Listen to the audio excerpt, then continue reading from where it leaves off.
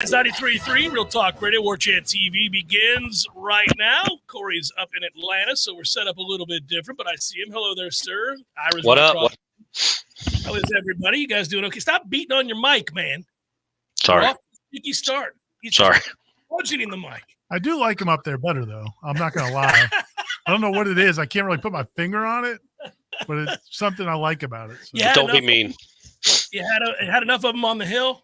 It's Snuggy. We did have a good time at Snuggy Hill. Yeah, I liked it. I liked the intro. Corey, good job. Well, thanks, man. I do what I can. It made me smile. And so did the results. So Florida State got that win in convincing fashion. Good timing for it. We get the committee tonight deciding to rank the teams. We'll talk about that in a little bit. But first, let's say thanks to our friends at Register Sausage. Yay, sausage! Every week. Another big day for Register Sausage. Kim texted me that she got an email with a promo for a discount for Register Sausage. And I guess we're on the mailing list now. And so they're doing some email marketing. It's obviously not going to be as effective as their Seminole Headlines marketing. Correct. You know, it's just a different level. But yeah, Register Sausage, registermeats.com is the website. If you live in this part of the country, you certainly can go into your local grocery store and ask for it. They probably have it. If you go to a good grocery store, they're going to have it. I think that's the way to define it. If you have Register Sausage, you got a chance to be a good grocery store. If you don't, there's no It's like chance. talent. Yeah. It's like talent. That's right. You got a shot. Yeah. But if you aren't in this part of the country, go registermeats.com, go to the website, order it, and you might get one of these emailed marketing newfangled promo codes from Register Sausage as well. But it's all the different flavors. Corey, what's your favorite flavor? Is it still the andouille or is it the cheddar and jalapeno, or where are you going these days? Ira, it's andouille. It'll always be andouille. It's crazy you asked that question. I mean, I look and I love the other ones, but that's like asking me my favorite child. Well, you only have one. Right. Andouille. Brady's like, am I the favorite child? I have to be. I don't like to pick one, Brady. You're like, Brady, your friend is a good kid. And so I'm just saying, there's a lot of guys out there to choose from. Dad. All right. So this was a performance that had us pumped, I think. I think this was one that kind of stirred the pot even more because pretty universally, right? Yeah, there's nobody. The reason I'm bringing this up, buddy, I didn't hear a single solitary complaint after this game. I mean, this was pure domination, start to finish. You get into some of those advanced metrics, and it's a humiliating loss for Wake. They were not. I mean, they were children out there competing against men. And I brought that up yesterday. I mean, 41 of their 44 rushes for 2 yards or less. Yeah. That's not football. I mean, that's some nonsense. That's like when you're watching like Pee Wee football and they're playing a team that's got a bunch of big kids and you can't block them. And you're like, oh, son, there's going to be a running clock. We need a running – Wake should have had a running clock in that game the way that it started. But also Jordan looked the best he's looked yet, save for the second half against LSU where he was great. And I just like the rhythm Mike's in right now. Defensive line played really, really well. There's a lot of good coming out of this game, and you hope that it portends of them continuing to get better. Now, obviously, they should. They're heavily favored. They should beat Pitt pretty handily. But I think in particular, obviously, we're getting set up now to try to take care of business against Miami and Florida on the road. And if you win Saturday, let's all get set to go to Charlotte. I mean, I think we're pretty much already there, but now you can really punch the ticket. And we'll all be there hanging out in Charlotte. Good times, boys. We can go to the Irish pub and have a Guinness again. Be like the old days. Yeah. Yeah, we used to hang out. Good times. Let's go. That was an annual December trip. It was. For us. And 4 times in 5 years, and then it went away for, a decade. But here we are. We're back maybe going to Charlotte with one more win, even if they somehow lose to Pitt. In Miami, I feel like they have a good chance of going to Charlotte. But don't even bring that up. They're going to win. They're going to win. Yeah, they're going to win. Think a big picture here right now, though. What's cool is that you are, from an odds standpoint, in a perfect position to get to the college football playoff. You're favored heavily to get to the ACC championship game. And whomever you play in the ACC championship game, you're favored to beat pretty significantly. And you're 8-0, obviously. And all of this is happening at a time where Clemson's in disarray, Miami hasn't found its footing necessarily, Florida's down. There's just so much to your point to relish right now, to cherish right now. Florida State fans have to be over the moon with the position they find themselves in 8 games into the season. Yeah, I think what was cool about that game, and I think part of the reason people are so excited is because there was the one broken play where they got a 50-yard run. That's it. But other than that, Yeah, like you didn't quite see, literally other than that. you didn't see receivers running wide open. You didn't see. I think Wake Forest had 5 big plays according to the stats. 5 big plays. That's runs of over 10 yards or passes over 15. And their longest play, other than that 50-yarder, was a 20-yard pass, I think. So it's like there weren't a lot of busted plays. And then offensively, I really feel like that offensive line, I think, has come together. I think it's starting to at least not having the major breakdowns. I don't know. It's never going to be an offensive line that just moves people off the ball. Correct. Not good people off the ball, but you're not seeing the breakdowns and miscommunications. You don't see the situations where what we were seeing up until a couple weeks ago, where teams would rush 3 and still get pressure just because there would be, breakdowns in communication or technique. I feel like that group is because Wake's defense isn't bad, man. And they sent a lot of blitzes. And I thought the pass protection for Jordan, for the most part, was really good. Doesn't it, at the end of the day, though, I was talking about this with Aslan on Wake Up Warchant, a semi-wildly popular podcast. You guys are still doing that, though, right? We are every day, Ira. Every day. Sweet. Every day. Every day. I think, man, the way he looked on Saturday, and quite frankly, the way Jordan looked in the second half against Duke, you go into these games like, okay, maybe Pitt plays out of its mind for Pitt. Well, I can't even pronounce their quarterback's name, and you have Jordan Travis. It's a mismatch. You have, the way I just feel like that's an ultimate comfort blanket.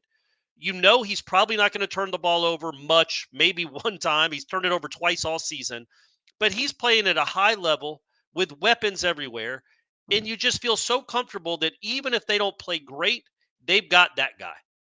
And it's pretty remarkable what he's turned himself into. I don't know if you heard the show, Ira. I looked it up. So, Jeff, Jordan Travis is tied for 4th all-time in rushing touchdowns at Florida State with 30. One more, he gets 4th all by himself. The 3 people ahead of him are Dalvin Cook, Greg Allen, and Warwick Dunn. Yeah. He's also tied for 3rd in passing touchdowns in Florida State history. This is turning into a remarkable career. You know what I mean? I hope he finishes it off strong, and I'm not saying he's the best quarterback they've ever had. He's played a lot more games than some of those guys. But he's going to finish top 3 in rushing touchdowns and passing touchdowns at Florida State? That's crazy.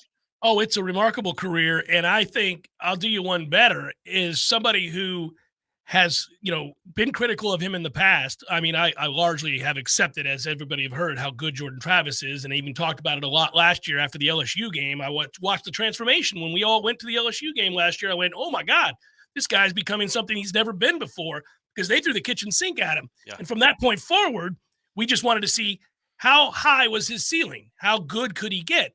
Because I've never seen, Corey, to your point, a player go from being a guy that's somewhat nondescript beyond his athleticism.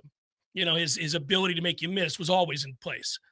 But a nondescript thrower of the football, just sort of like when you think of Florida State's history, his name was not going to come up. You were just going to be like, oh, he was a guy that filled a role and he was okay. Right. To being a guy now that demands you talk about him amongst the best that they've had in terms of the complete package now. And that is not something I thought I'd ever say. That's nothing but a tip of the cap to who he is and how hard he's worked to get better. And it's a tip of the cap to the coaching staff and really everybody involved in his maturation, because he's really transformed what was possible for him in those record books. So you're proud of him, but you're also really confident going into games because he's going to make plays. And I think he might be getting healthier. It seems to me that he's a lot more willing to run whenever it calls upon him to do so. And he's also the reason that you can get by with a slightly above average offensive line, because he can make people miss.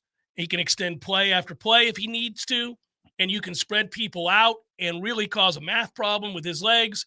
So you can kind of get by being a little, average at offensive line. So he's having a good run. Yeah, there were definitely a couple of plays in that game early on, especially where, he got when he did get some pressure. He just makes those guys look silly. Like he's not going to, if there's 1 or 2 guys and he sees them, if they don't blindside him, they're not going to get to him. He's just very elusive. And you guys remember the throw to Morlock he had in the second half might have been the best throw of the year. It was incredible. But he had another play on the first drive where he makes a guy miss in the backfield. Yeah. He shakes him free for enough of it's a 3rd down, and he rolls to his right and throws Morlock open towards the middle of the field for like a 10-yard conversion on 3rd and 6.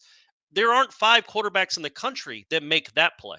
So he's just got it all working right now. And you're right, Jeff. I do think he looks faster. He looks more willing to run. But even in warm-ups, I watched him in warm-ups, and I'm like, oh, that was a burst. So he's got a little something to him. You're starting to see it more now, and that's good. That's good because that changes who he is too, and changes what the offense is. I do need to clarify one thing for the folks out here who listen to Wake Up Warchant, the wildly it's popular. Pretty popular. The popular show. Wake Up Warchant. It's a good show. Pretty popular. I heard you and Aslan talking about maybe does Willie Taggart deserve credit for Jordan Travis? No. Oh, who did you hear? You didn't dispute it. Who did you? I just moved past it. But who brought it up? I talked to him at practice already. Okay, I almost texted you guys at 7:30 in the morning, but I didn't do it. But I thought it was a joke. So Kendall Briles, just to clear the record for anybody out there, I'm sure there's something Willie Taggart deserves credit for in this program. I don't know what it is. There's probably something. It's not this thing. It is not this. No. Kendall Briles had recruited Jordan Travis before. He liked Jordan Travis a lot. I think when he was at FAU, when Jordan Travis became available, Kendall Briles is the one who got him to Florida State. And then Kendall Briles and Odell Higgins are the first ones to play him after Willie got fired. So Odell, baby. Odell. We're not so did you clarify that? Did you clarify I feel like I've cleared the air on that. The next Wake Up Warchant, that will not be something. This is for anybody that heard that or anybody that's confused about history. We're not giving Willie Taggart. I just glossed over it. I thought it was a joke. Clearly, Willie Taggart never played Jordan Travis ever. The only time we ever heard his name was the week after Jordan Travis left. It's all of a sudden, this guy's going to run for 90 yards and 2 touchdowns. It's goodness in Aslan's heart. He's trying to give Willie something, but you got to find something else. I can give something now to coaching. I've talked about it for 3 weeks in a row, but Mike's in a great rhythm right now, and he really has a good sense of this offense. And the screen game is now part of what they do pretty consistently, and it's evil. Yeah. It's so well designed. Going back and watching it, it's just so cool how many different types of screens they have, by the way, and they execute them. Now the timing is all there. Mike has always been, in my opinion, a very good play caller, a very good offensive mind. I've been very impressed going back to Memphis. We all have, but I think Mike, and I don't think Clawson's wrong, and I don't think he was blowing smoke. I think that Mike Norvell is one of the best offensive play callers in America. Right. So when you combine that with a quarterback that's getting healthier, and now they can get back all their weapons, you'd like to think that you have a chance to peak at the right time. To peak as you're going into the playoff or the ACC championship. As we go into the modern age, and we're miking up everybody, we're miking up strength coaches, we're miking up position coach, we're doing all this all during games. Can we mic up defensive linemen so we can hear what they're saying on screen passes? Because those poor kids for Wake, man, they realize it. They realize they had gotten, and they're smart kids at Wake Forest. And, man, it's just – but there's nothing you could do. Well, and when you see those two linemen peel back and then Benson's in space and he's leading them perfect, and you're thinking, well, he's going to have a head of steam. He's got 2 blockers. And now I've got to come across the field because I took the bait and went over here with the motion man, which, by the way, sets this all up perfectly. So now I've shaded. Now I've got to sprint, and I'm going to be trying to meet Trey Benson or an offensive lineman head on at full speed. Oh, this be fun in space. Yeah. So this is good. This sets up well, doesn't it? I mean, I want that. I want that microphone. That's a nightmare. You're going to hear some. And that's the beauty. That it goes back to what Jimbo said, where you can't coach all the yards, you can't scheme it all up. That play with a normal running back is a 22-yard gain. Just an average running back. He gets tagged. It's a great play. It's still 25 yards is a chunk play. But like we just talked about, you've got a 220 kid that runs faster than anybody on Wake's team with a full head of steam. He's really hard to bring down when he gets going. He's really hard to bring down. And I thought they had just as good a screen call earlier in the game, and Rodney Hill got tripped up. Yeah, that probably should have been a touchdown. I think Rodney Hill would probably tell you that should be a touchdown. That's another out-the-gate moment, guys. That's another out-the-gate moment there for sure. Although these are real. These are actually real. He is out the gate.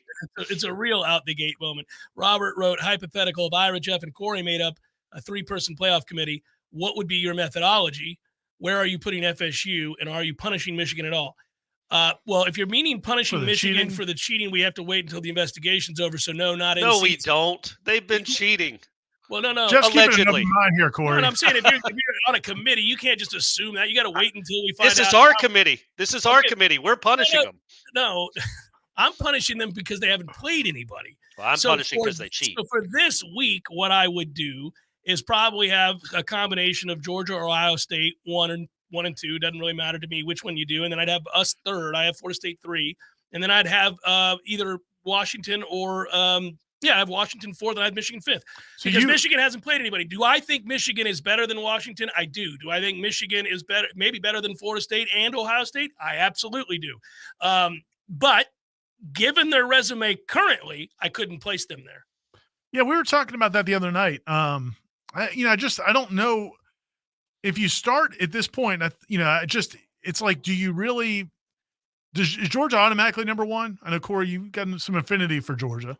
Have you seen anybody else does Ohio State merit consideration or no? Well, they have a winning Penn State and Notre Dame, and they won road games in that sense. So you could maybe argue the resume says they should be number one over Georgia. I don't think they're better than Georgia because I don't believe in their offense.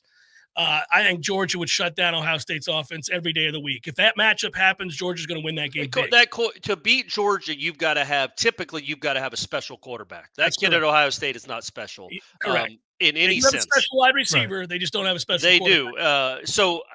Look, I think Georgia and Michigan, to me, I don't know what the game control says. I haven't looked at it. I guess we got to start bringing that back. This is our committee. We're not using game We don't use game control. But do we use the eye test? We can use the eye test. I think the eye test, I like Georgia and Michigan 1 and 2 with the eye test. Michigan is just blowing everybody out. I know they played bad teams. Yeah, but hold on, Corey. Now, see this, because I know how we would end up in this argument because you can't have it both ways. Like that, we can't complain about people's schedules and then totally give Michigan a pass. Especially I don't really care if they've blown out bad teams. They've blown out bad. So what? Especially but I think the thing when you look at, and that's the thing about eye test where I have an issue with at times is people look better by the eye test based on playing weaker competition. Like you can look really good if you're not playing good opponents, but then you start playing somebody better and you're not going to look quite as good. So that's why I think the eye test is resume has to count. Hey, Corey, the best win on Michigan's schedule is UNLV. Or at Nebraska, and they beat the bejesus out of Nebraska. Nebraska's going to a bowl. I mean, that's not a horrible. A little bit since then, but they were lost. But we also know Nebraska's not good. Right. Well, right. But I guess I'm just saying, number one, it does not matter, which is the beauty of this. They've still got to play Penn State. They've still got to play Ohio State. Doesn't matter, right? And that's why you could put them at 5 and know that they could work their way back in there. You're not excluding them from having any chance. Right. But either way, my rankings right now, I said this on Wake Up, would be probably Georgia, Michigan, Florida State, Ohio State. I'm sorry. I think what we're doing is we would have to define our terms. I think that I would pick Michigan over Florida State head to head right now. In a money line, yeah. Yeah, I think I would take them in a neutral field. But if we're doing rankings based on resume, I cannot put them in front of Florida State. So we have to define our terms. Well, we're getting to. It's our committee. I think, man, I lean heavily on resume. It's just a combination. It's a combination of the two. But I just think, man, like Jordan Travis of that group, he's the best quarterback. I mean, in that group, and I think maybe the Washington kids had a really nice season, although the last 2 games not so much. Have not been good. Well, Michigan's got a good quarterback. That's not. I mean. They're good. They're really good. I just need to see them beat some. But they're going to get a chance November 11th. They play Penn State. We'll know. I don't think Penn State's great. I think they'll beat the bejesus out of them. And then at the end of the year, November 25th, they play Ohio State, and that'll answer everything.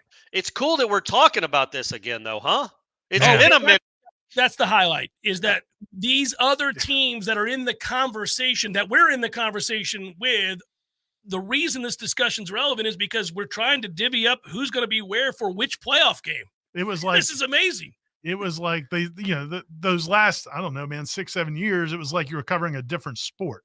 You were covering this sport. We were over here. And then there's this other sport. We were over here trying to matter amongst the middling. And there were all these other teams that were amongst the elite that we didn't even bother to take a look at. Doing their own thing over there. Yeah, you're like, what are we talking about? Yeah, like you wouldn't even fathom putting yourself in the conversation against Alabama. You would be like, I might compare my house to my neighborhood houses, but I'm not driving to Golden Eagle and trying to match up. So it's a fun conversation, and it speaks to how far they've come in a short period of time and how good a job Mike has done and where this team's at now. And so this is why every week you look forward to seeing how much better they're going to get, how much healthier they're going to get. Yeah. These are the question marks surrounding the Pitt game. Seminole Headlines, 93.3 Real Talk Radio, Warchant TV. The leaves are starting to fall. The temperatures will start to fall, and the prices are falling right now at Pinch A Penny Pools and Spas. Incredible dealer discounts up to $5,000 are available on all hot spring spas, the industry leader in hot tubs and spas. If you've never experienced the sensation and relaxation of having your own hot tub in your backyard on a cool evening, you're truly missing out. The cold months are coming, and now's the time to set yourself up for the best winter season you've ever had. Plus, you'll gain the added health benefits of reduced stress, relief of sore muscles, and better sleep. You'll feel so relaxed after a nice soak in your new hot spring spa. You'll experience some of the best sleep of your life. Head over to Pinch A Penny Pools and Spas on Greer Road and check out their huge showroom packed with the best selection of hot tubs and spas available. And ask about getting up to $5,000 in discounts, low interest financing, and a free accessory to make your hot tub dreams come true. If you're ready to relax, Pinch A Penny Pools and Spas is ready to show you how.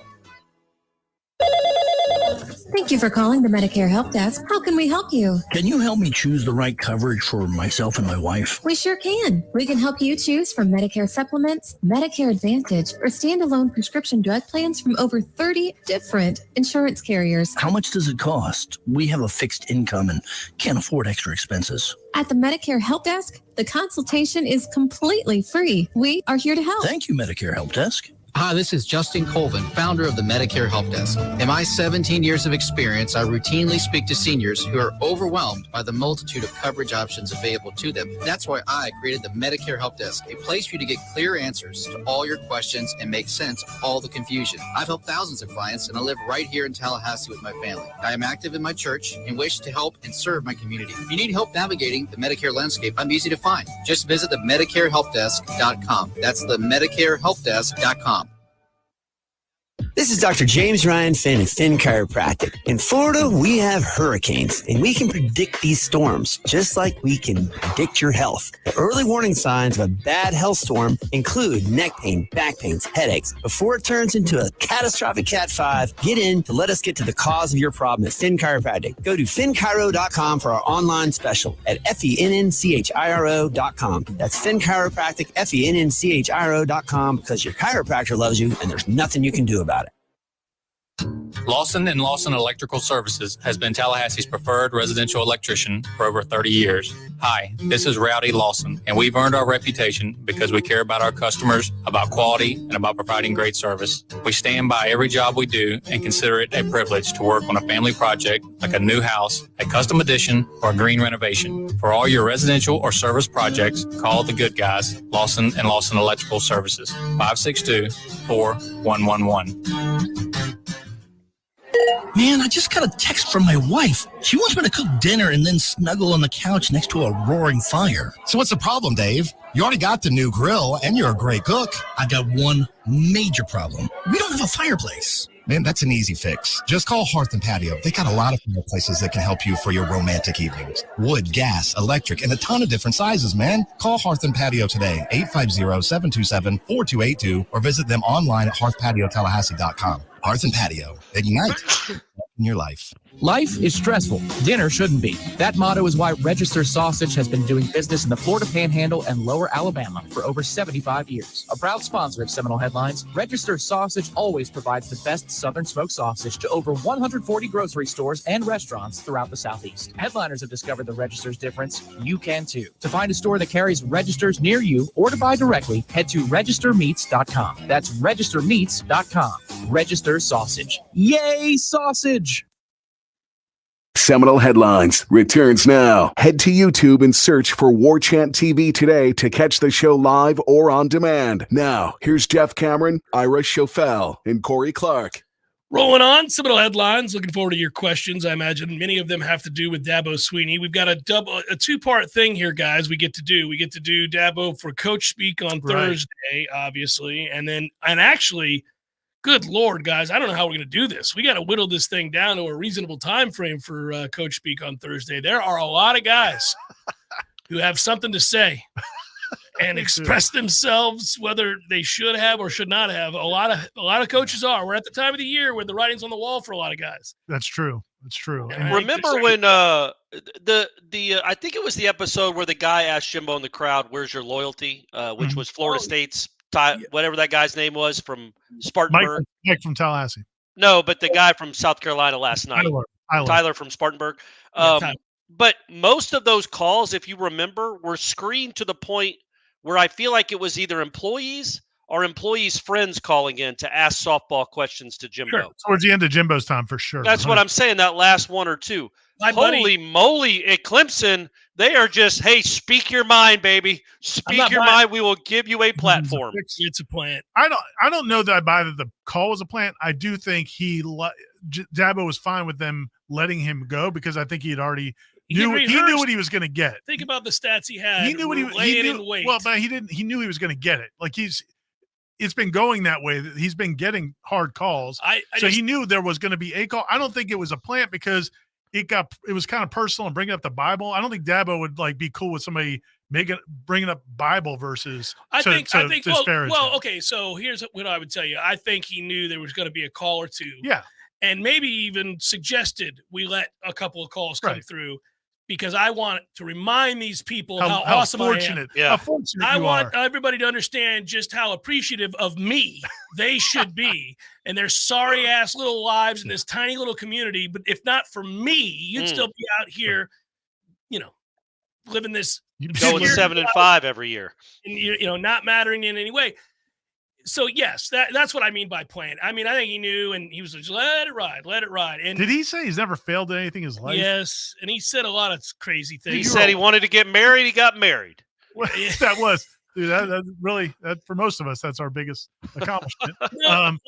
He wasn't he a walk on? Yeah, at Alabama.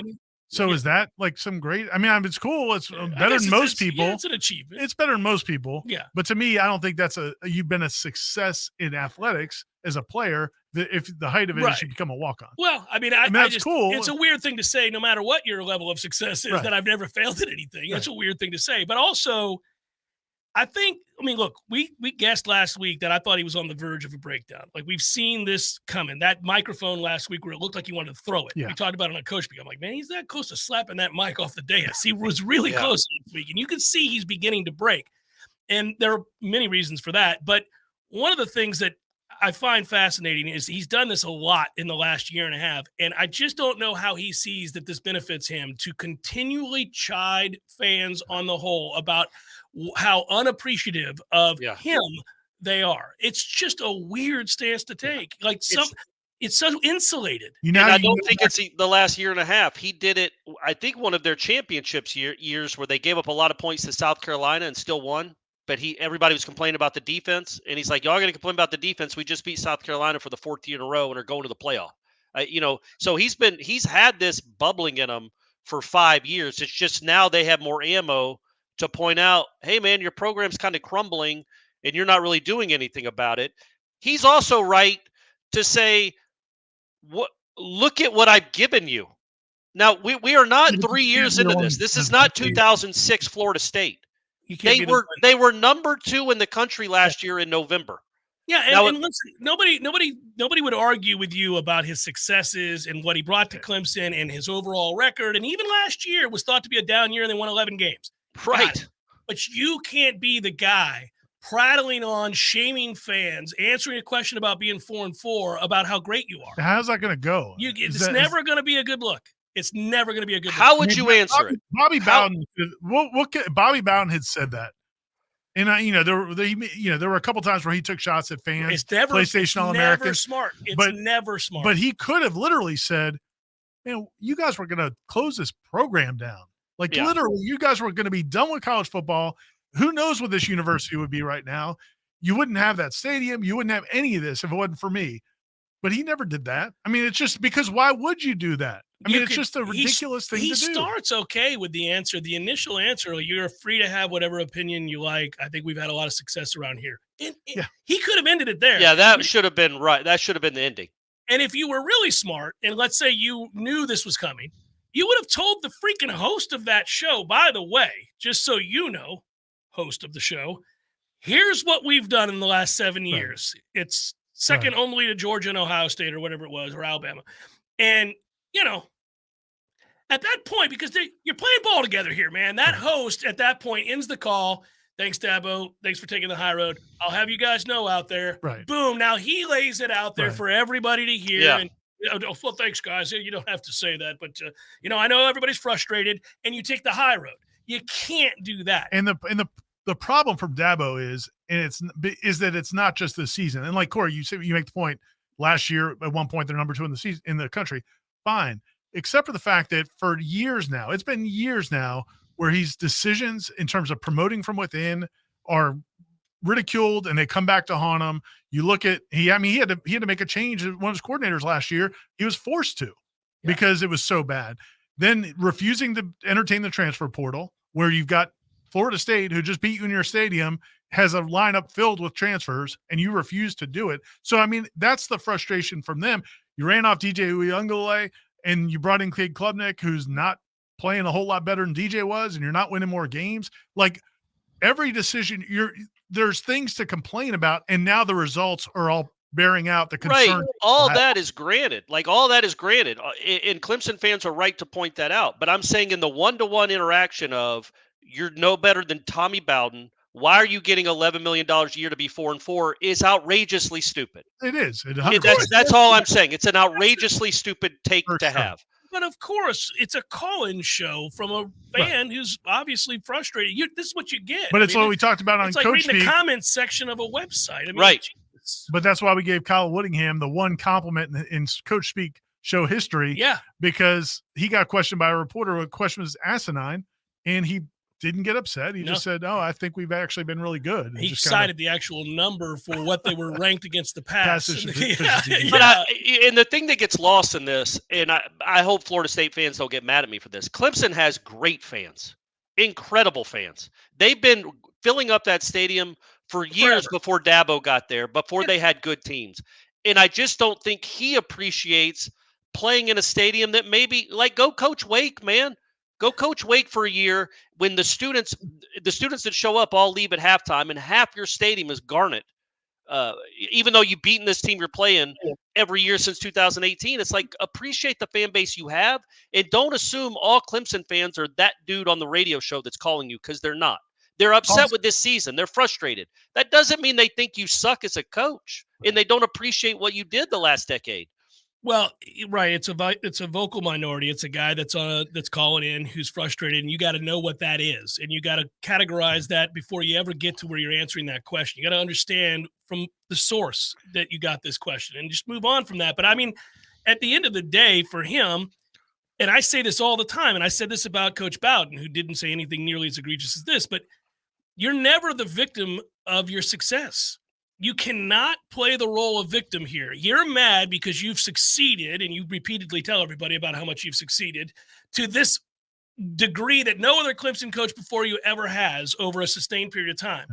And because you're having a year that's not to that level this year, you resent the fans for not, in your mind, appreciating that success. Man, you're not a victim, dude. You're paid over $11 million. You're not a volunteer, man. You're doing just fine. Yeah. And that's where you would like a head coach that feels confident enough in himself to not feel like he needs to get down to that level, because you are making $11 million a year. You're punching down. It's dumb. It's just, there's no benefit to it. So there's no benefit to call-in shows.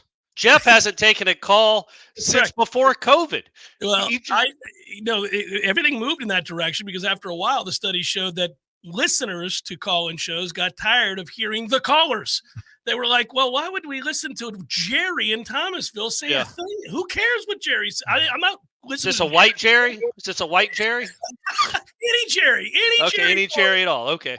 Yeah. But that's you're kind of like, no thanks. Don't need to do it. It's weird, though. This is one where, imagine if Florida State was where it was 2 years ago, and this was going on at Clemson. Would we be spending more time on it or less time on it? It's kind of, because the Schadenfreude's great. Oh, it's awesome. But it's also you've passed Clemson now. I feel like it's you've got bigger stuff going on than worrying about the dumpster fire that Dabo's I think what it is, though, is I do think it's something that emboldens Florida State fans, because they're seeing the cracks in the armor that we've talked about. And now you're seeing it unravel a little bit. Now the head coach is talking down to people on a regular basis, by the way. This had to be a call, but he's done it at press conferences. And so you're hoping that this is your chief rival in this conference is unraveling at a time that you're ascending. So now you're opportunistic and you're excited about what the future holds, because it doesn't look as if they're going to get it together right away. Now, you need Clemson to sustain poor play moving forward. And I don't know that that's going to happen. We'll see. They've got some good players. It is weird. Yesterday I was looking into, we got to go to break, but yesterday I was looking into all of the numbers I could possibly find that kind of express the story of Florida State's season, right? And I just wanted to talk about where they were defensively, advanced metrics, all that other stuff, Corey's favorite, Femino. Mm-hmm. And I wanted to do all of it. And so I really did. I hit up every possible place I could go. And one of the things that stood out to me was that when you're swimming in the deep end with the other talented teams, so like Florida State now finds themselves alongside in these statistical measures, Georgia, Alabama, Ohio State, Michigan, and all these teams that you would project to the playoff, right? Like a pretty high percentage of the time when I'm looking through these numbers, I'm like, Clemson. And you'll look and I'll go, how is that? It makes no sense that they're as bad. That they've lost. None. Yeah. That's what Dabo's trying to say, gang. They're a few plays away from 8-0. And you guys just want to criticize. It's astounding how they found ways to lose football games. It truly is. Like, even when you look at the game they just lost, where they're like, they had a success rate 3 times higher than their opponent. There's nothing about that game that suggests they should lose. A couple of weeks back when they lost a game, they had like 300 yards more than they their shouldn't opponent. have lost to Duke. They shouldn't have lost to Miami. You could go on and on and on. It's nuts. Seminole Headlines, 93.3 Real Talk Radio, Warchant TV continues in a moment. News now. A woman has died after being shot Saturday morning in Tallahassee. Authorities said it happened around 10 a.m. in the 600 block of Palm Beach Street. The woman was taken to the hospital but died from her injuries. Her name has not been released. The shooting happened near FAMU's campus just hours after homecoming parade got underway at 8 a.m. The incident is believed to be isolated and unrelated to the parade and those that attended. Tallahassee police say they've made an arrest in connection to the shooting. They arrested 22-year-old Alquedrick Smith for the crime. They also found several guns, including an illegal fully automatic weapon during a search of Smith's home. TBD says the victim and Smith knew each other. Smith is now facing charges of murder, possession of a firearm by delinquent, and possession of a fully automatic or short-barreled firearm. This is Rachel and A with your Real Talk 93.3 local news update, brought to you by Macklemore Systems, Tallahassee's go-to Mac store. Check them out online at MacklemoreSystems.com. This is meteorologist Paul Trombley with your Real Talk 93.3 weather update. Mainly sunny skies and calm this afternoon with daytime highs approaching 77. Northwesterly winds 8 to 15 miles per hour. Mainly cloudy tonight, lows dip down to about 44. Ample sunshine expected tomorrow, high of 61. High of 68 Thursday, under sunny skies. 73 Friday. This report is brought to you by The Lawn Johns. For all your landscaping and lawn care needs, visit thelawnjohns.com. Right now, 75.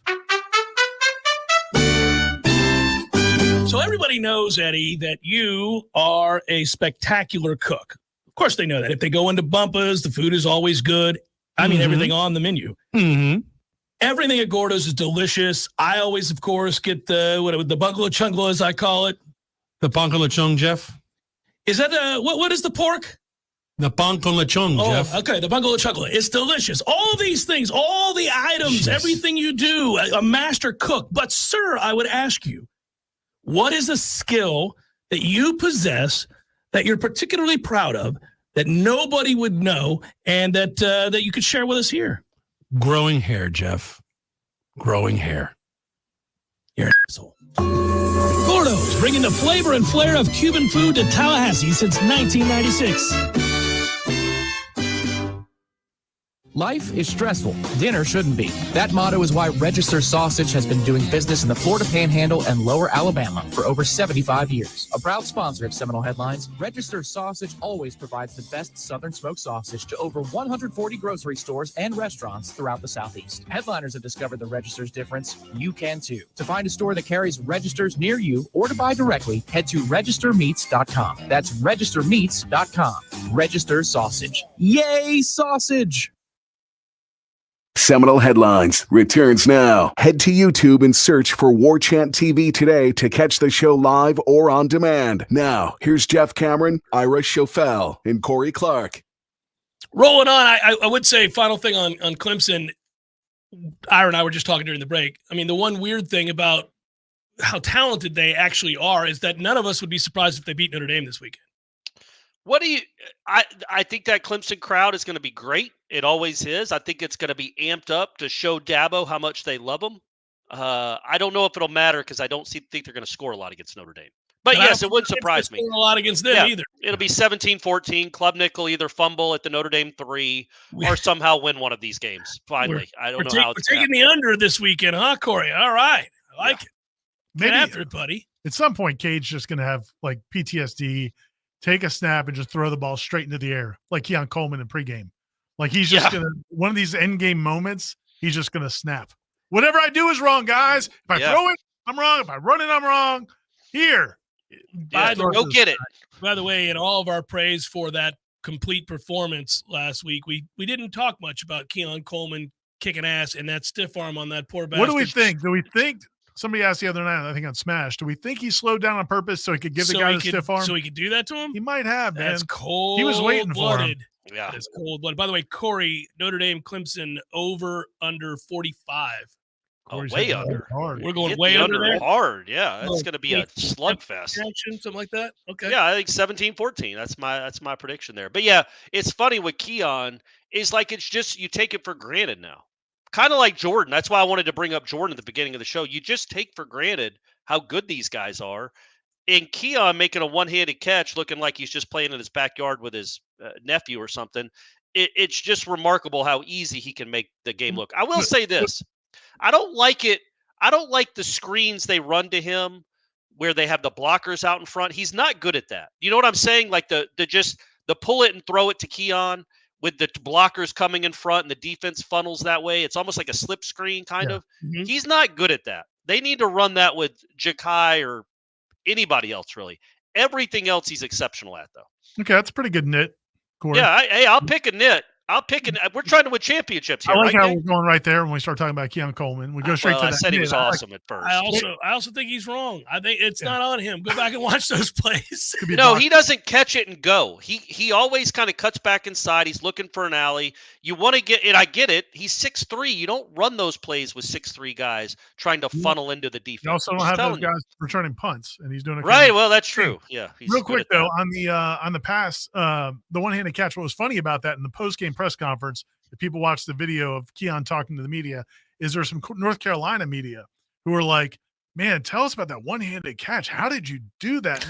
And like, I wanted to turn around and be like, dude, have you watched Did you see the one from a couple weeks ago? I mean, that was like nothing compared to what that was easy for him. It was so casual too. Yeah. It's just like disrespectful. It was just sort of just like, oh, there's definitely give me the ball. There's a disrespectful nature to his game that I happen to love a lot. Oh, it's awesome. Yeah, he knows that in a one-on-one battle, he's the better player. Right. So it's sort of like, get off me. Pretty. Yeah. It's cool to have those players that I just think, Ira, I think you were asking about this yesterday a little bit at the press conference. You agree with me? Well, just how when you have somebody that's that good, but that's supremely confident, I think it permeates the rest of the team. It gives them confidence too. Like I remember going way back to Dion playing here at Florida State. All of a sudden, Dedrick Dodge thinks he's the best safety in the country. And he's flexing and posing and celebrating like Dion. I just think having those guys that are so exceptional and make those plays routinely and know they're awesome, go into every game thinking probably like, I don't know who's covering me. Does it matter? It doesn't matter who this cornerback is. He can't cover me. I just think that can permeate an entire team to have guys with that confidence. I think Jordan has it. Verse has it. Obviously, Keon has it. If Jalen Ramsey walks onto the field with you and you're on defense, and Jalen Ramsey walks on the field with you, the way he carries himself, that's going to affect how everybody, because you feel good because that guy's on my side. Yeah, you're with good players and they play with the knowledge that they're very good. So there is a confidence with everything that they do. Can't help but rub off on you because you don't have to be superhuman. He is. He'll make up for what you lack perhaps. I think the other thing is this team's made up of a bunch of alphas that way, though. That's the fun part. I mean, Jaheim Bell. Yeah. I mean, think about what he is and the way that he plays the game and the way that he routinely bitches guys that try to tackle him. I mean, he thinks it's hilarious, and he's just bigger and stronger, and everybody knows it. And I think a lot of the guys on this roster feel that way. Trey Benson has to feel that way. I also liked one little nugget in the press conference yesterday that I don't know if you guys talked about in your guys' various sundry popular shows, but when Alex Atkins said that Jaheim Bell didn't play that much in the game before that one, because, or it was just 2 or 3 games ago, and he said it was because he hadn't practiced much because he had nicked up his ankle. And then, but Jaheim thought, okay, but when I'm ready on game day, like, you guys are going to put me back in because I'm Jaheim Bell. I'm Jaheim Bell. And they didn't. And then he went to him afterwards. He's like, oh, you guys weren't serious about it if I don't practice. Man, that's awesome, I think. Yeah. To be able to do that with a guy like that. Yeah, and there might be players that you would have an exception for, but I guess he doesn't fall into that Well, category. and it Keon depends on the Coleman could miss circumstances. a week of practice. It depends on. I'd be like, well, you're still playing. it depends if you on the wanna play. circumstances. If you literally can't practice and you're rehabbing and whatever, that's one thing. Like Maurice Smith, I think there's games where he hasn't practiced much, but he's been able to play. Yeah. But if you are just like, man, I'm not feeling great. My ankle doesn't feel great right now. And you don't want to practice. Right. Like, That's okay, well, could be a little bit different. One of the cool moments in that game, talking about Jaheim Bell, who does exudes confidence, is he got lit up on a little screen pass, I think, or in the second quarter. I also thought it was targeting. They didn't even look at it because why would they? Corey, keep it moving. But it was targeting, and it wasn't called. The very next play, he beats that same safety for that 30-yard pass down the field. It's like, man, that's how you answer. Renardo did it in the Clemson game after getting trucked by Shipley, and then the very next play, he dropped him for a 2-yard loss, and then Bell does that, man. You talk about response, but that is a great response. That kid made the whole crowd go, ooh, and sent Jaheim Bell backwards. In the very next play, Jaheim Bell gets him to the 15-yard line by beating the same kid. It's just cool to see stuff like that. It does. That is what we see in practice too, right? So that's how football should be, though. Right. It's really how football should be. Like, if you're a veteran bunch and a confident bunch and you're a confident player, you understand the other guys are on scholarship. They're going to make plays. I'll just make the next. That's how it works. I mean, it just seems like every time in practice, whether you're watching the OLDL one-on-ones, pass rushing drills, or the one-on-ones with the receivers and DBs, it seems like almost every time one guy wins something, the next time they go, the other guy comes back. Well, we used to lament when Florida State was not a good football team, that one of the reasons they weren't a good football team was that they didn't have depth. And in practice, your best players would dominate and never really get challenged. And so you didn't have, a group that was dominant on one side facing a group that was dominant on the other side with guys that you could sub out and sustain that level of intensity. And so by adding all of these good players and raising the floor of talent, now practices are intense. Now you have a situation where a really good receiver beats a good DB or an up-and-coming DB at the very least, and then that DB feels pressure to come back and win the next one-on-one because F that, I'm a competitor. You're not just going to use me all day long out here. I'm going to make plays. So, and the better you get and the more intense those practices are, obviously that spills out onto the field. And nothing you're going to see in a game against Wake Forest is going to be more intense than what you see in practice every day. Wake looked like the stepchild they should be. In this sense, that was finally that order was restored. But for a long time, you could argue, a few years back, Wake's roster was better. And you're like, well, this is embarrassing. Wake's roster's better than that. This ain't good. But they've raised the floor to the level. Now we're like, okay, that's right. We're Florida State. You're Wake. It ain't happening. And it was the thing to be most proud about, I think, if you're a Florida State fan from this game, is that atmosphere, noon game, whatever. And Wake's defense is pretty good. And you went in there, and from the jump, this is it. This is over. And I thought, it was not competitive. Even when it was 10-7, I just felt like it was not going to be competitive. Yeah. But the other thing that what they did in this game that I think is really important, and I think it's coming, because this isn't just one game. Now, there's 3 games in a row now where they've had really good returns to give the offense a short field. And if you start giving this offense a short field once or twice a game, and they had two possessions where they started across the 50. Man, it's lights out. You're not going to stop this offense very often if they're getting good field position. And the way the return game is playing now, they're going to get some good field position. Deuce? Yeah, man, that's awesome. It's Tamarick Vanover. He's Tamarick all of a sudden. He's a legitimate weapon in returns. Don't have anybody else back there, guys. Let's go. Just let him return it. On the tribal council, somebody called him Deuce Spanover. That's spot over. Well played. No, I'm proud of Deuce, man, and he's found a niche. And you can see him having more confidence. We talked about it last week. He's got more confidence in practice now as a receiver, just because he's making big plays. He's making plays. I think the lament I had from this last game, because it would have been a great opportunity. Hakeem could have had a huge game. Right. You know, they didn't have him out there. Obviously, he was Destin injured. Hill too. Destin Those Hill. two guys. Yeah. It's unfortunate that they got banged up because those could have they been were a ton coming. of reps. Yeah. And think about late in the game, you'd have kept those guys in there making plays, even with Tate, I think. Yeah. And that would have been good for them. So they got to get right. They got to get healthy. It's good to see Portier have a couple of really nice plays. He had a horrible drop at the end, but the first catch on the sideline, and then that's one of the. Yeah, that's one of the best plays of his career, maybe the best play of his career. He just completely mossed that kid, and it was called back for the hold. And then Keon Coleman on the next play was called for a OPI, which was flagrant, and I thought he should have been kicked out of the game for it. It was an obvious pass interference. I don't know why they teach them like that in practice. You know what? That had nothing to do with what officials just being goofy in that stadium. What really pissed me off about that call was the guy that called it could not have seen whether or not he actually did push he made off. an assumption. Because he sees made the an guy assumption. fall backwards as Johnny cuts back, and he just assumes Johnny pushed off. You mean Or Keon. Yeah. He assumes he pushed off, but he can't. There's no way he could have seen it from where he was. Well, he missed the bear hug before it. The reason that Keon extends his arm is he's tired of being held. Yeah.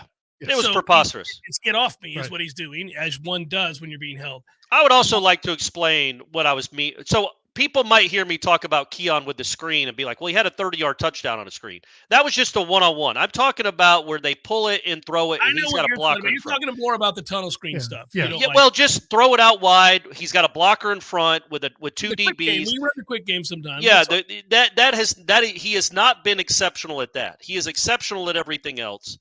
I would rather him be the blocker for Ja'Kai, because Keon is a very good blocker and he's a big dude, and let Ja'Kai squirt through there for 15, 20 yards. I also think, I just think, man, more times Keon Coleman has the ball. Yeah, it's probably a good thing. Also, by the way, should be, while we're praising the team after a stellar performance, it should be noted that Keon, in his first few games, was not a great blocker. Didn't really embrace it at all, and has now thoroughly embraced it. It speaks to the larger culture on the team, like we've talked about before, but it's worth pointing out that guys who are superstar players, we all know wide receivers can be prima donnas, see it in the NFL all the time. That guy came in, was immediately the best receiver that this team has, and then yet he decides to buy in and block like Johnny Wilson does, like all the rest of the receivers do. He's the guy. So real quick about Keon, because I know we're close to the end of the hour, but So when Jermaine Johnson came in and we saw him, we were like, okay, this is different. This is what it's supposed to look like. But he came into a roster, a football team, a locker room. It was pretty devoid of talent. Yeah. Keon comes into a team that's already pretty well formed, that we already thought was going to be an ACC championship contender, maybe the favorite. And he's kind of like that far ahead. Like, where does Keon Coleman rank in terms of like just, I'm not going to say his career, but just like in terms of like ability, performance, talent in one player? He's up there with the best of the best, right? Well, we'll answer it in the second hour because we got to go in 10 seconds. But I like the question, so we'll answer that as we get to all the other questions. We'll do that now. Put it on Facebook, Ira. Go ask that on Facebook. Seminole Headlines, 93.3 Real Talk Radio, Warchant TV.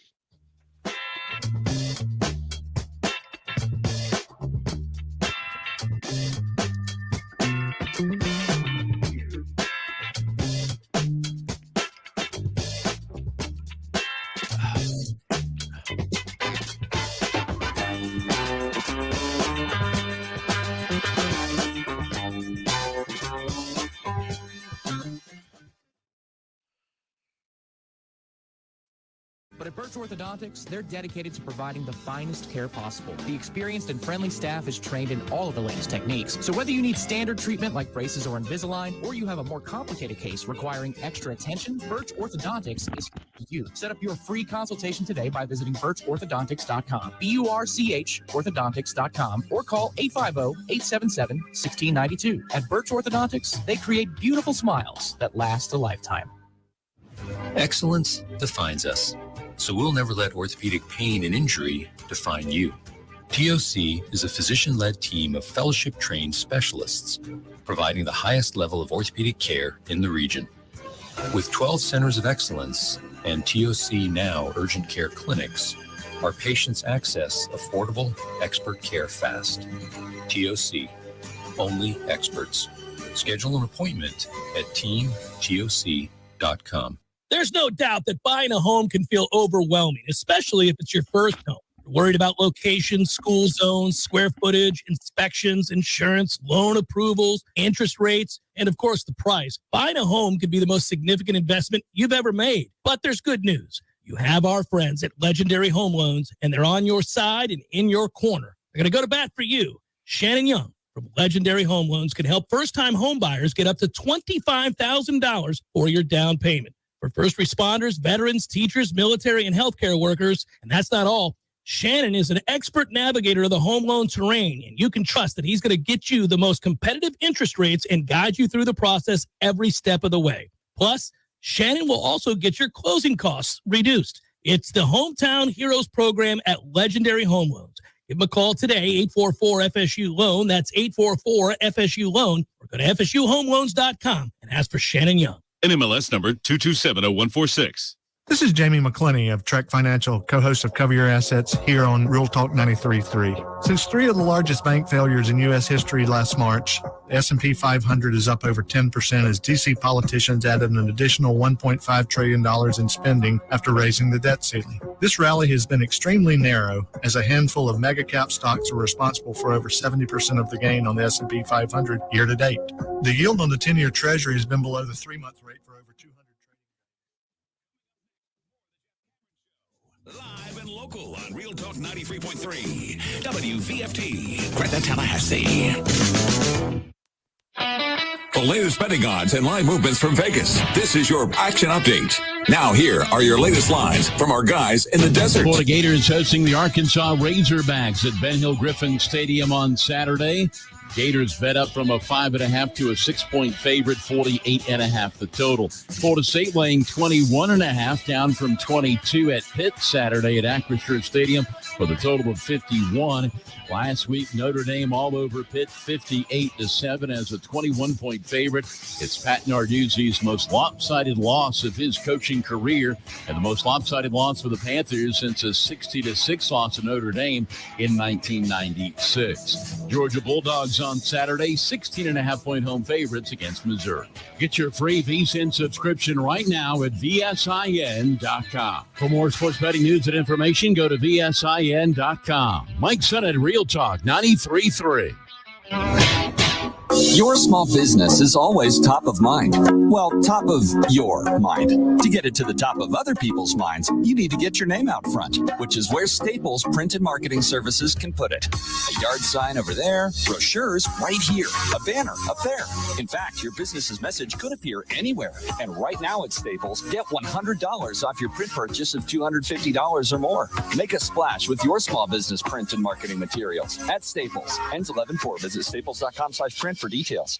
As the Biden administration mulls banning menthol cigarettes, critics warn it would increase crime and empower cartels.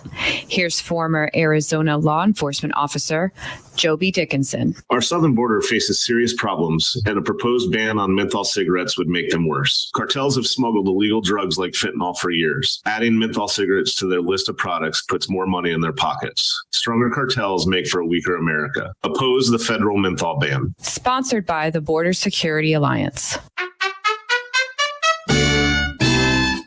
So everybody knows, Eddie, that you are a spectacular cook. Of course they know that. If they go into Bumpa's, the food is always good. I mean, everything on the menu. Mm-hmm. Everything at Gordo's is delicious. I always, of course, get the bungle chungla, as I call it. The pan con lechon, Jeff? Is that what is the pork? The pan con lechon, Jeff. Okay, the bungle chungla. It's delicious. All these things, all the items, everything you do, a master cook. But, sir, I would ask you, what is a skill that you possess that you're particularly proud of, that nobody would know, and that you could share with us here? Growing hair, Jeff. Growing hair. You're an asshole. Gordo's, bringing the flavor and flair of Cuban food to Tallahassee since 1996. Someone who thought texting was a better idea than stopping for a traffic light slams into your rear bumper. Now your back is injured and you've got to be at work and rehab, all without a car. I'm Jimmy Fasig at Fasig Brooks. We hear stories like this every day. You shouldn't pay for someone else's mistake. Call us at 850-777-7777 and we'll make sure you come back stronger. Many orthodontists in Tallahassee can straighten a smile, but at Birch Orthodontics, they're dedicated to providing the finest care possible. The experienced and friendly staff is trained in all of the latest techniques. So whether you need standard treatment like braces or Invisalign, or you have a more complicated case requiring extra attention, Birch Orthodontics is here for you. Set up your free consultation today by visiting birchorthodontics.com, BURCH orthodontics.com, or call 850-877-1692. At Birch Orthodontics, they create beautiful smiles that last a lifetime. It's time for Seminole Headlines, featuring Warchant.com's Jeff Cameron, managing editor Ira Schofel, and senior writer Corey Clark. Your weekly dose of all things FSU, pistols and pies starts right now. Here's Jeff Cameron. Hour number 2, headliner questions, and away we go. It's a good day as we get into hour number 2 with the headliner questions for this to be Dr. Birch. And it's always a good day for Dr. Birch. That's true, but it's Halloween and there's a lot of candy eating going on. So good for business. Yeah, a lot of candy eating going on here, and really, I'm guilty. I just got done. Where do you guys stand on the old Milky Way? Solid. That's all right. I don't eat it. You would though. I don't eat. I've never eaten Milky Way. I've never been a big fan of Milky Way. Never had a Milky Snickers? Way. No, I've had them. They just weren't something that I would go to. You thought they were just kind of nondescript in the candy. They're kind of a cousin of Snickers. I just like Snickers more. There's a little more peanuts in there, I think. Yeah, I like the Milky Way, but it's not a hill I die on because Reese's is better than both of those. Correct. Yeah. That's exactly right. I like to feel that Three Musketeers is the healthy candy bar, but it's not because all of them are healthy. It's just the healthier. It's the healthy alternative to a candy bar because it's like that light fluff in the middle of it. That can't be that bad. That's for nougat. You. Well, that can't be that bad. That's nougat, whatever Right. nougat is. It's like the lettuce. It's like lettuce. It's like eating lettuce. Yeah. Maybe almost a carrot. Chocolate lettuce. Hon, I know we have carrots in there. You toss me the Three Musketeers. Yeah, give me some nougat. Eat healthy. I don't want to eat carrots tonight. Let's go nougat. Yeah. So anyhow, I was eating candy during the break, and Ira has much better discipline than me. He saw that the candy was out there and did not grab any, but I could not. I had to partake in the Milky Way and a Reese's. I doubled down. Dr. Birch appreciates it. You know, I wonder, like, if you were an orthodontist or a dentist, do you push candy on people? Push sugar? Yes, of course you do. Ethical. Seems like not something you do. I mean, your teeth are probably going to get messed up sooner or later along the way anyhow, just the living. But it's like an orthopedic surgeon being like, man, an orthopedic surgeon could tell people, why don't you take up skateboarding? If you're 50, take up skateboarding. There's a good chance he'll be operating on you, or she will be operating on you in a couple of years. Yeah, I don't even know. Is candy that unethical? Like, to me, pushing meth would be unethical. That would be unethical. Teeth are going to fall out with the meth, is what you're saying. So you're going to need some bridge work. Could you do something? Good point, actually. Could you say something like, you know what you should do when you lay down at night? Clench your teeth. Just clench them. Clench them and grind them a little bit before you go to bed. But Dr. Birch doesn't need to do any of that. None of because it. This is going to be her favorite ad read she's ever paid for. How would she pick? There's so many good ones to choose from. They're all world class. BirchOrthodontics.com is the website. And we've told you so many times, our kids have all gone there, and we would highly recommend you send your kids there as well. They do tremendous work, great customer service, payment plans. They make it as affordable and as just pleasant as it could possibly be. It's not always pleasant having braces or Invisalign or all the techniques that Dr. Birch can do, but you'll be thrilled with the result in the process, and they do a great job. And she'll probably throw some candy your way. I'll give you a testimony here. Clark walked, and this is a true story. Clark walked in the other day and said, "Hey, Dad, look," because he just got done brushing his teeth. He goes, "Look, they're coming down. They're all even now." Look at that. He was so proud. And I said, let me see. He walked over, and they are. They've come down from way up there by his eyes, which was bizarre. That's what I used to call him, an alien. And now they're even. It's working. The Clark Cameron before and afters are going to be phenomenal. Something to behold. Something to behold. All right, you asked before the break how do we rank Keon in this transformation? Like, we all know Jermaine Johnson was a monster. We knew it the second he stepped foot on campus, and we saw him compared to the other players. And that was largely because the roster was ass. And so when you saw him, you went, Jermaine must have thought, what are we doing around here? Yeah. I remember thinking Jermaine looked like a guy that if he had snuck into the Alabama locker room and just was walking around like he belonged there, nobody would kick him out. They'd be like, oh, that looks normal. He must be That's a player the new for guy us. from Tennessee. Yeah, that's the guy. But here, he looked like a freak. Yeah, it's like, who's this monster? Look at this guy. It's the Incredible Hulk. Right. Because nobody looked like him. And so it was very obvious. To me, the fact that with Keon standing out the way he does on this roster speaks to, man, he may be more special, right? It's an amazing job to come in here and immediately look. I think he's the best receiver on the team, and I think it's obvious. And I think that doesn't diminish Johnny Wilson. It just means that Keon is most polished of the receivers, most pro-ready of the receivers, and is a guy that I think is kind of special. He's probably going to go in the first round. So I don't think I mean, so he's a stud, right? So it is amazing that he could come in here, and then I think the part about the athleticism, we know he has that. You look at him when you just look at him physically, you think he's different. But the fact that he got along right away with the other receivers, that he worked really hard, that he bought into everything that we hear Mike talk about, I mean, it's easier said than done because Mike does challenge players through hard coaching. He'll yell at Keon Coleman. He yells at all of his best players. And I don't know, I've heard players over the years say things like, oh, yeah, I can handle that. And then the first time they get screamed down at practice because they dropped the ball and they know they're the best player out there, they don't handle it all that well. But he did. He never said anything. And you get a sense that he likes it. Right. Yeah, it's and when I asked John Papuchis about it yesterday, about the idea that he's really helped Deuce Spann along because he took Deuce Spann under his wing from right away. Day one. Remember that at practice? We saw it right away. And now Deuce is turning into something more than maybe we might have expected, everybody other than you, Jeff.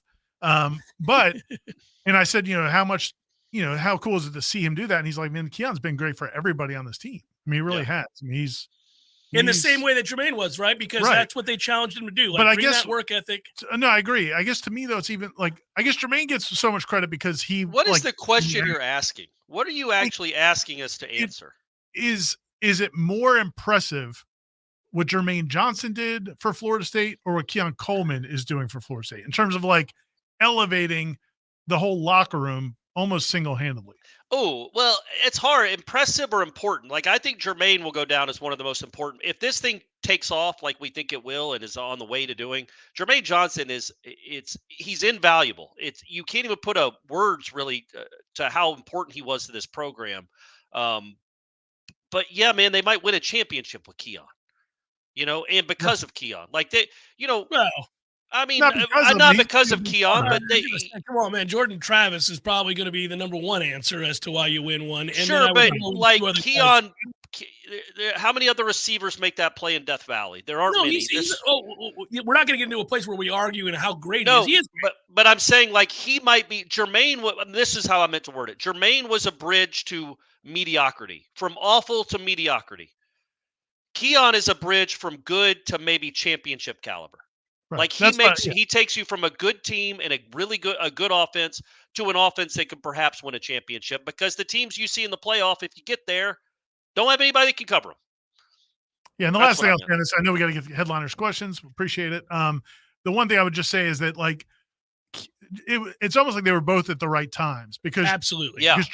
Keon, if you brought Keon into that mess of a team, that might not. I don't know how much I don't know how much it would have helped. Right, like you couldn't have really taken advantage of him.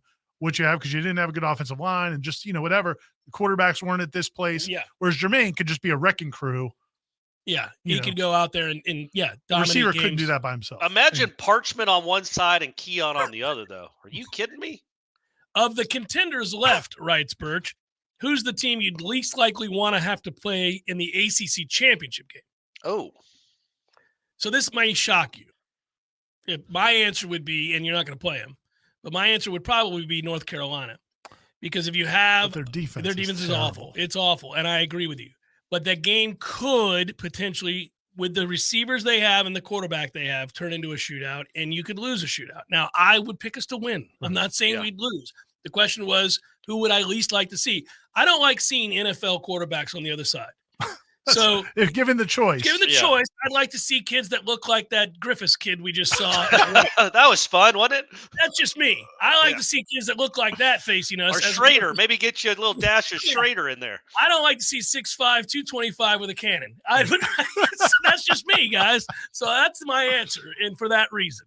Well, because he's one of those guys. He's like a great shooter that can get hot and go for 40 and win a game. May could do that. Even with a bad defense, they'll get a couple of stops. Derek, He's on fire. You're not paying attention in this chat. I just said I'd pick us to win.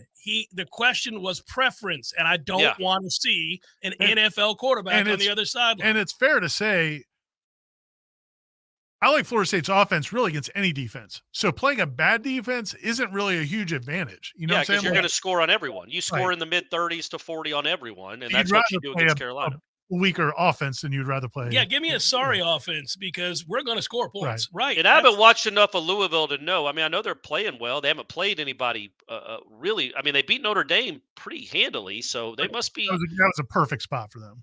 That was a terrible so spot. but yeah, so right now that's probably the likeliest scenario is Florida State Louisville, right? Which again, I know it's not a big thing, but if you're playing in Charlotte and you're not playing a home state team, you'll probably have a crowd advantage. Florida State, Louisville, and Charlotte, that wouldn't hurt either.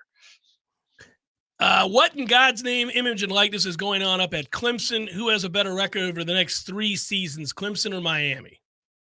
Oh, that's a good question. Clemson. I'm not giving up Dabo yet. I can't quit him quite yet. It's been a rough stretch. It's going to be a fascinating offseason to see what he does in the portal, if he does anything. It's a toss-up. I'd probably go Clemson too, but I don't know. I don't think either one of them is going to be great. Miami's going to get a bump in 3 years when we're all out of this conference, and they can run roughshod over the dregs that are remaining. Yeah. FSU and Clemson are up and playing in the Big Ten. Or the SEC. I guess I would say Clemson, but I think it's close. I think it's close. I think if Cristobal can survive the year and have a decent season, he's going to recruit really well down there, and they're invested. I think it's going to be close. If Dabo's as broken as we think he is, and there's problems off the field, behind the scenes, within the – I'm not talking about the locker room. I'm just talking about within the assistants and the administration and like the stuff that a lot of people couldn't see when Jimbo was floundering, and we could all see it. And meanwhile, the record was okay for a while there, and you're like, this is broken. This is not going anywhere. And there were screaming matches and all this other stuff. Like, if that's happening there, then you would have to say Miami. Did you guys watch their game against Clemson at all on the replay or anything? Or Miami's game? No. I did watch the condensed. I watched the condensed game on 8. How did that freshman quarterback look? Because I know Florida State was interested in him. He wasn't good in the game. Really? No, he threw a bunch of 2-yard passes. They were afraid. I saw his completion percentage is good. Oh yeah, they were all within 5 yards of the line of scrimmage, and they didn't want him to throw. So it wasn't good. Really nice kid though.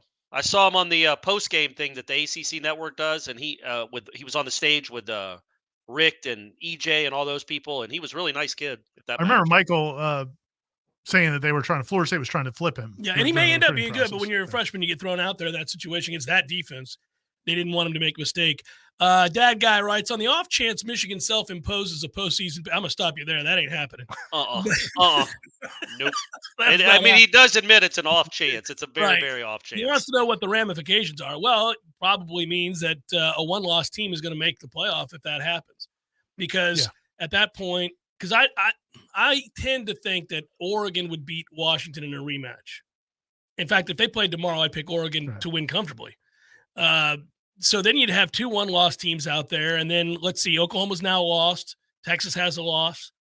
So one of these one-loss teams. There's no way they're doing that. Harbaugh's probably off the NFL next year anyway. Said that. I'm saying the way he asked again, off chance, what would be the ramifications? Well, I think the ramifications is that a one-loss team would get in. Their goal is going to be to drag this out through the season and then pin it all on Harbaugh while he's off in the NFL. Well, he's going to take the Chargers job, which is what he should do because he's got a ready-made quarterback and talent all over the field that is being underutilized because their coach sucks. Here we go. Hibachi Jones writes, gentlemen, with the defensive success, should Fuller move on to another school next year? Who's on your list to replace him? And there you go. Does it include Mr. I appreciate that? No, it doesn't. He's trying to get Fuller hired away. I ran into a guy on the way back from Wake Forest on the road. You ran into him?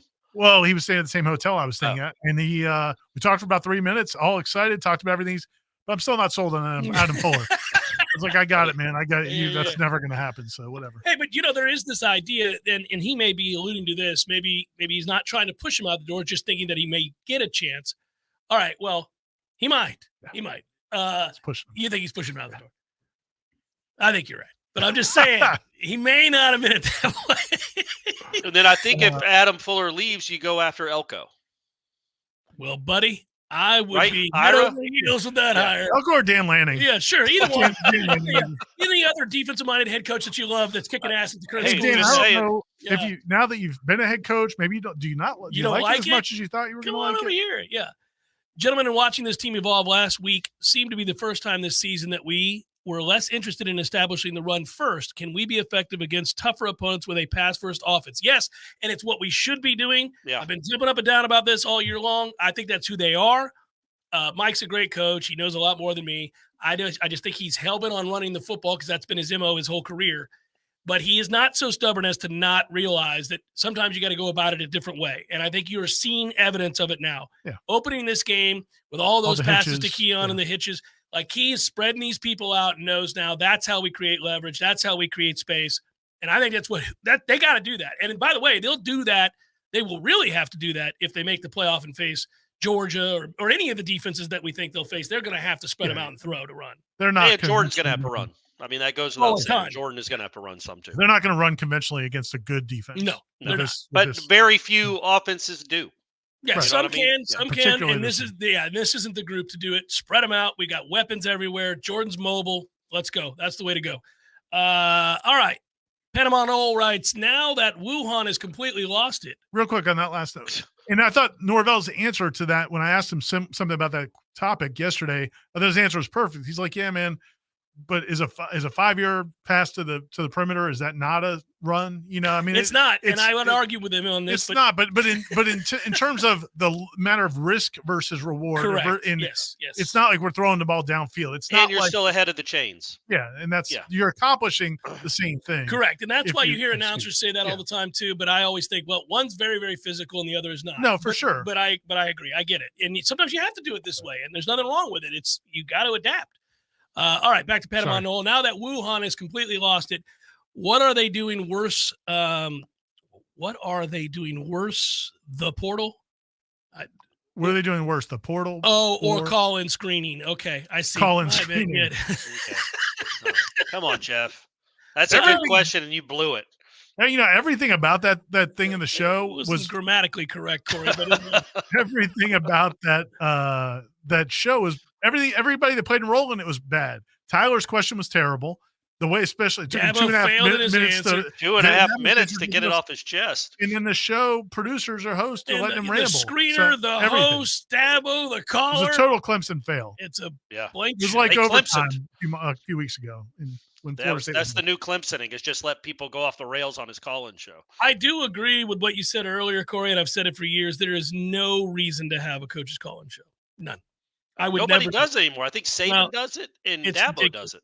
I used to like it when Spurrier did it at South Carolina because he'd be a little drunk. He'd be a little drunk occasionally. Like he was like, I'm at the end of my career. What do I care? I'm having a few pops before we get this thing there was started. the one. It wasn't his coaching show. It was like the one. Press spot, yeah. It was like the one he would do where he'd review the game, Ooh. and they like pulled it down. He was wasted. Yeah.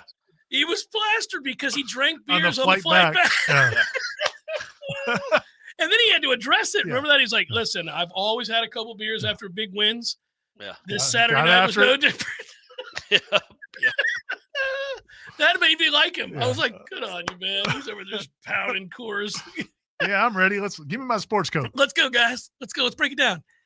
In addition to registers, I also heard a Jimmy Dean ad, guys, during the break last week on the podcast. Have you guys considered advertising exclusively with sausage companies and changing the name to Seminole Sausage Party? No, we have not considered. No, that would be a good name, but no, we're not doing that. It would be a good name.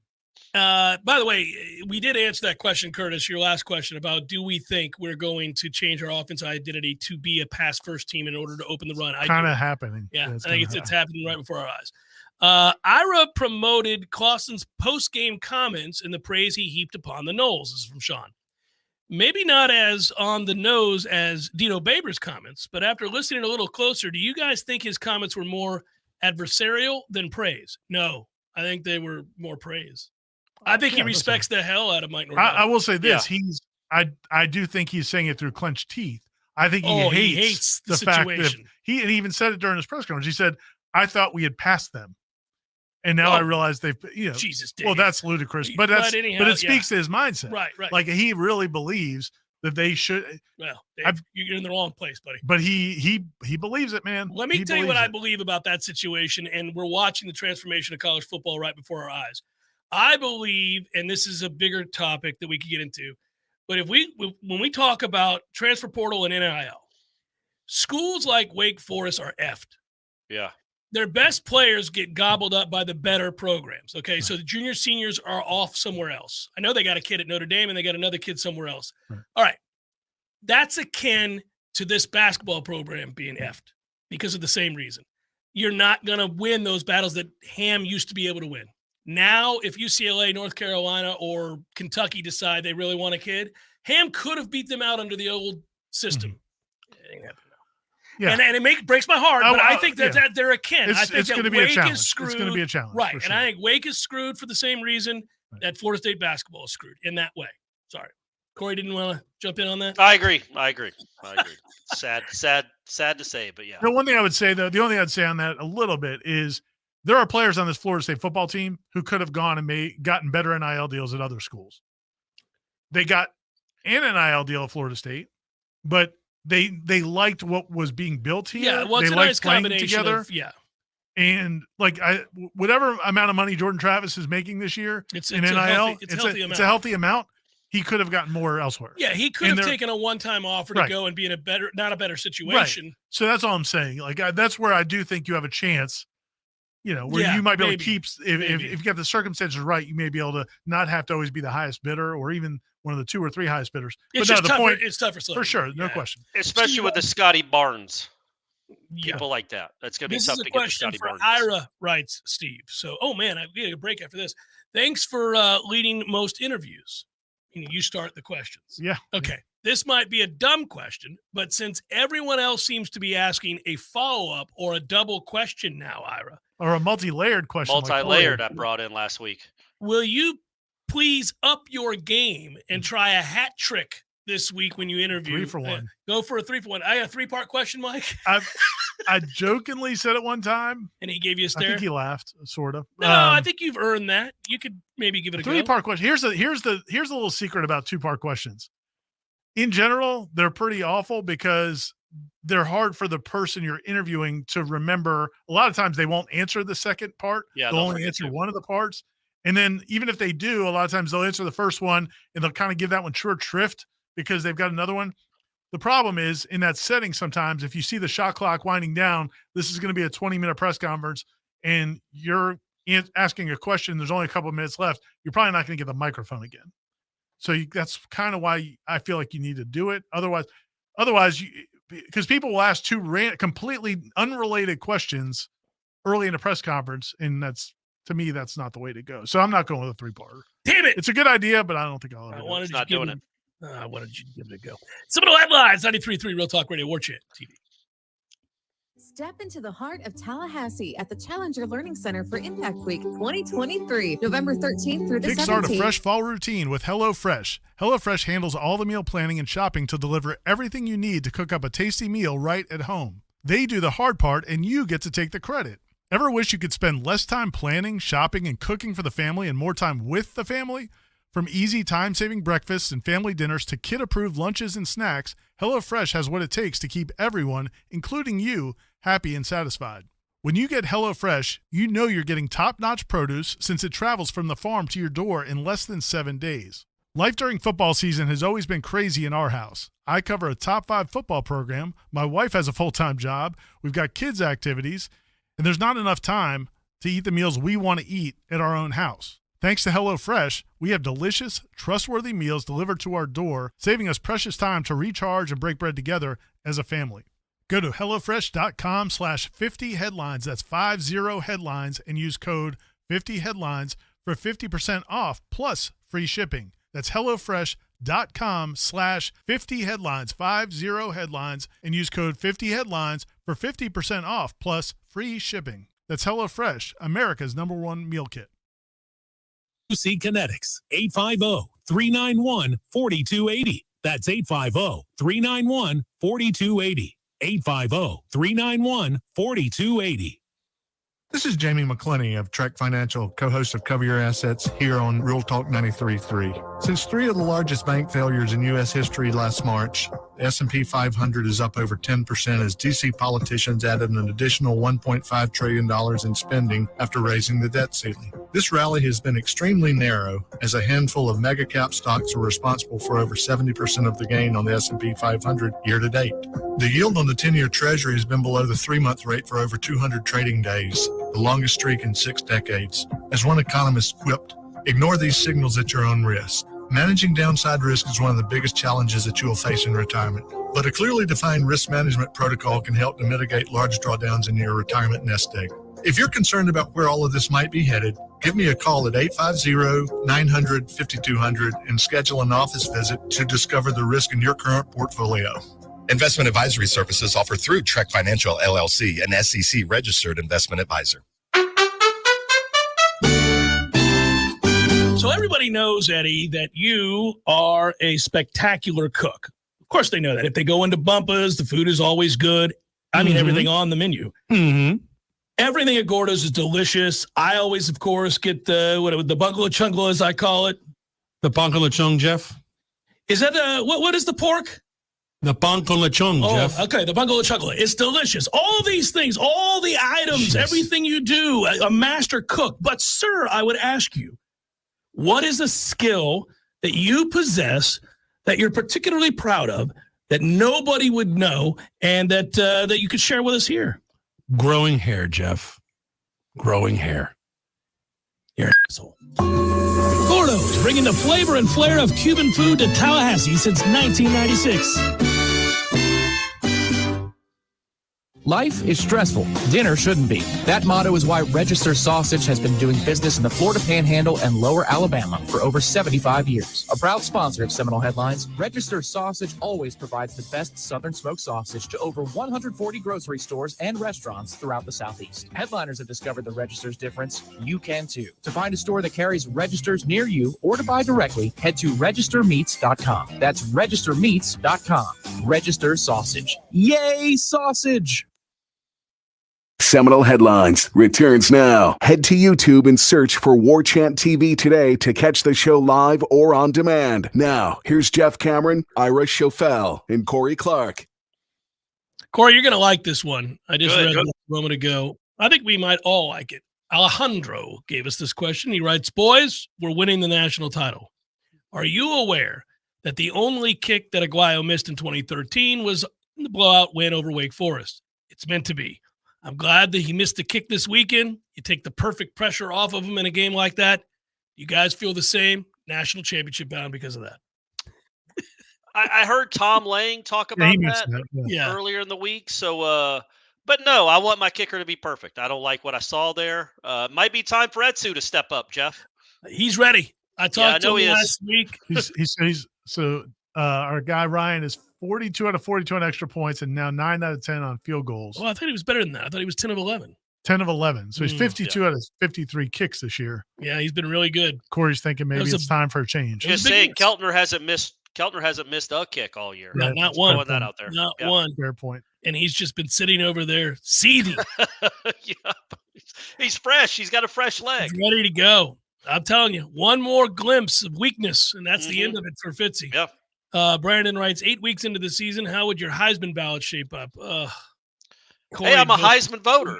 I know you are, and you vote terribly. No, that's not true. I vote well. I would say right now, my top 3 are, in no particular order, Jordan Travis, what's his name from Washington, and Marvin Harrison Jr.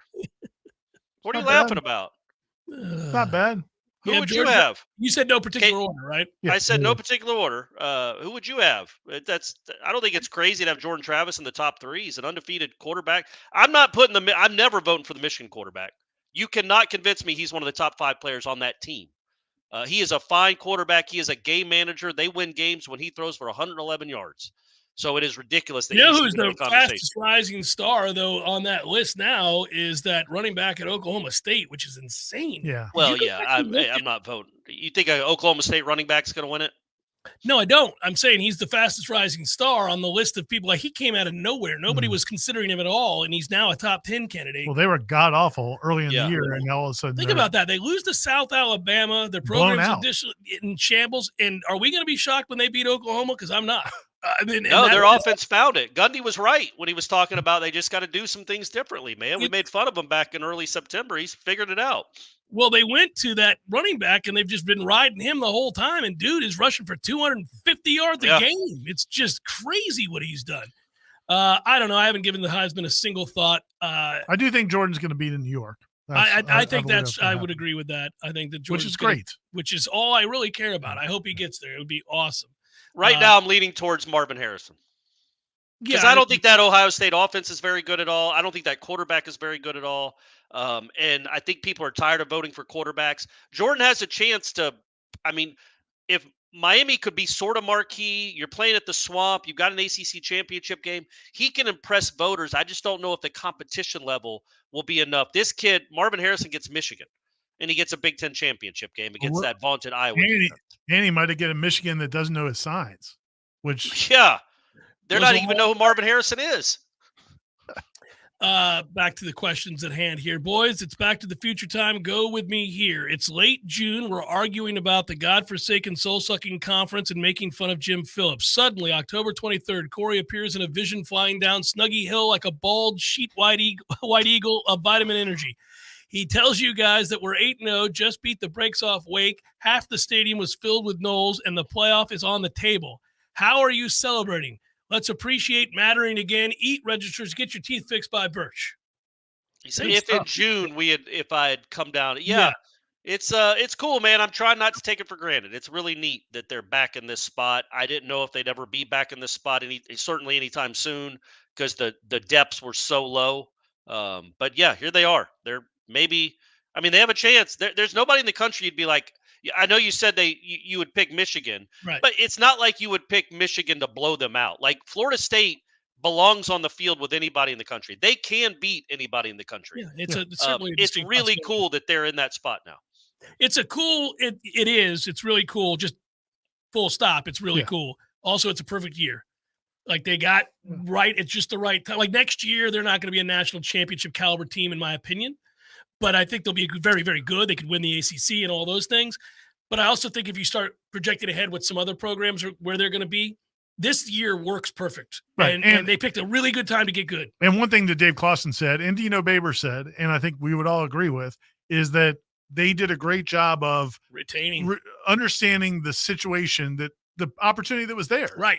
Yeah. And the Battle's End comes out. That guy, you keep that guy, you keep that guy, you got a chance. And then you go out and bring some other guys in, and so a lot of the credit has to go to the Battle's End. And I know you guys, you're always beating this drum, but they're not going to be able to do what they can do for a long time if you guys aren't supporting them. So if you like what they're doing, as little as like $8 a month. Yeah. I mean, it's pretty easy to do.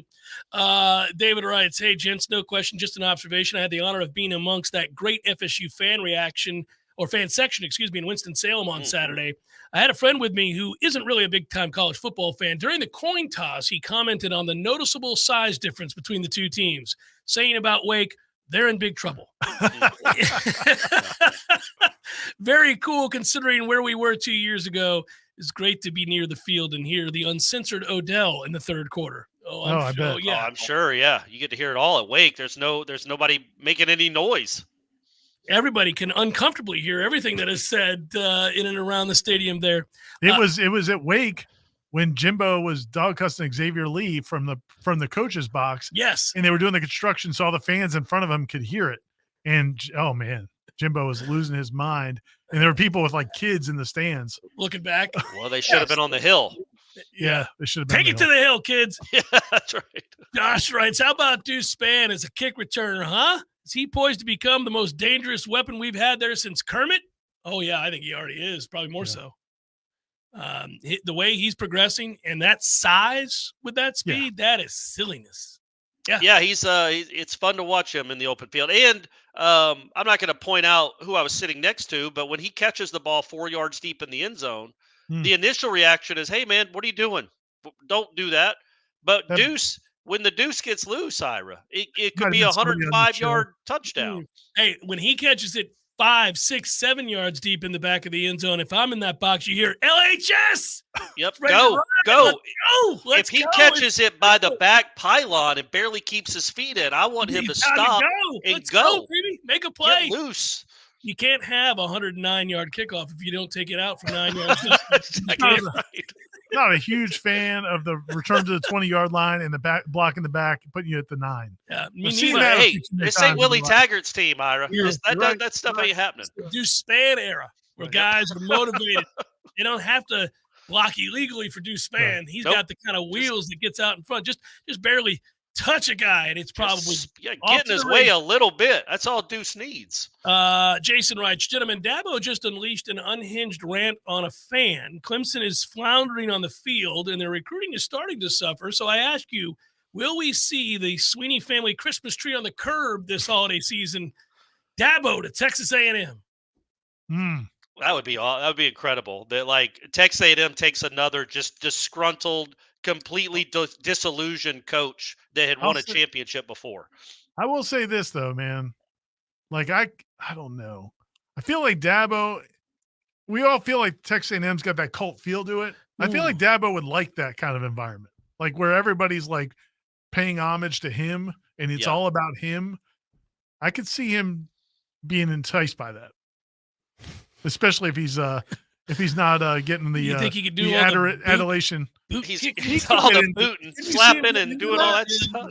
Slapping and boot kicking Yeah, stuff. I could see him getting into that. He'd get them to all wear Nikes. What was the Heaven's Gate? What was that cult that they all died wearing that was sneakers? Heaven's Gate. Yeah. He could get them to do that. That's an old school reference, guys, and a little bit dark, but it's No, but- Halloween. You're supposed to make kind of references like Both that. right up your alley. It's also beautiful. It was awesome. It's you can't feel sorry for anybody so dumb as to believe a spaceship is coming down to get you, but make sure we're all dressed the same with the right shoes on so that they take us to whatever that planet was. He said they were. Hey, we don't know. It didn't work out well for him. We don't know at all. They We don't haven't know, come do we? back, but it's only Sure. been like 20 years. They might be on their way. News seem to suggest that. What was it? The what bot comment was it? Hale's bot. Hail bot. Bop. Yeah, that's Hail what it bot was. Seems like it was going to coincide. Everything was going to be all right. The best was SNL doing a commercial parody the next week for Nike with all the Nikes under with the sheets over the bodies and just the Nikes. Yeah. Oh, it was tremendous. Seminole Headlines, 93.3 Real Talk Radio Warchant TV. Continues in a moment.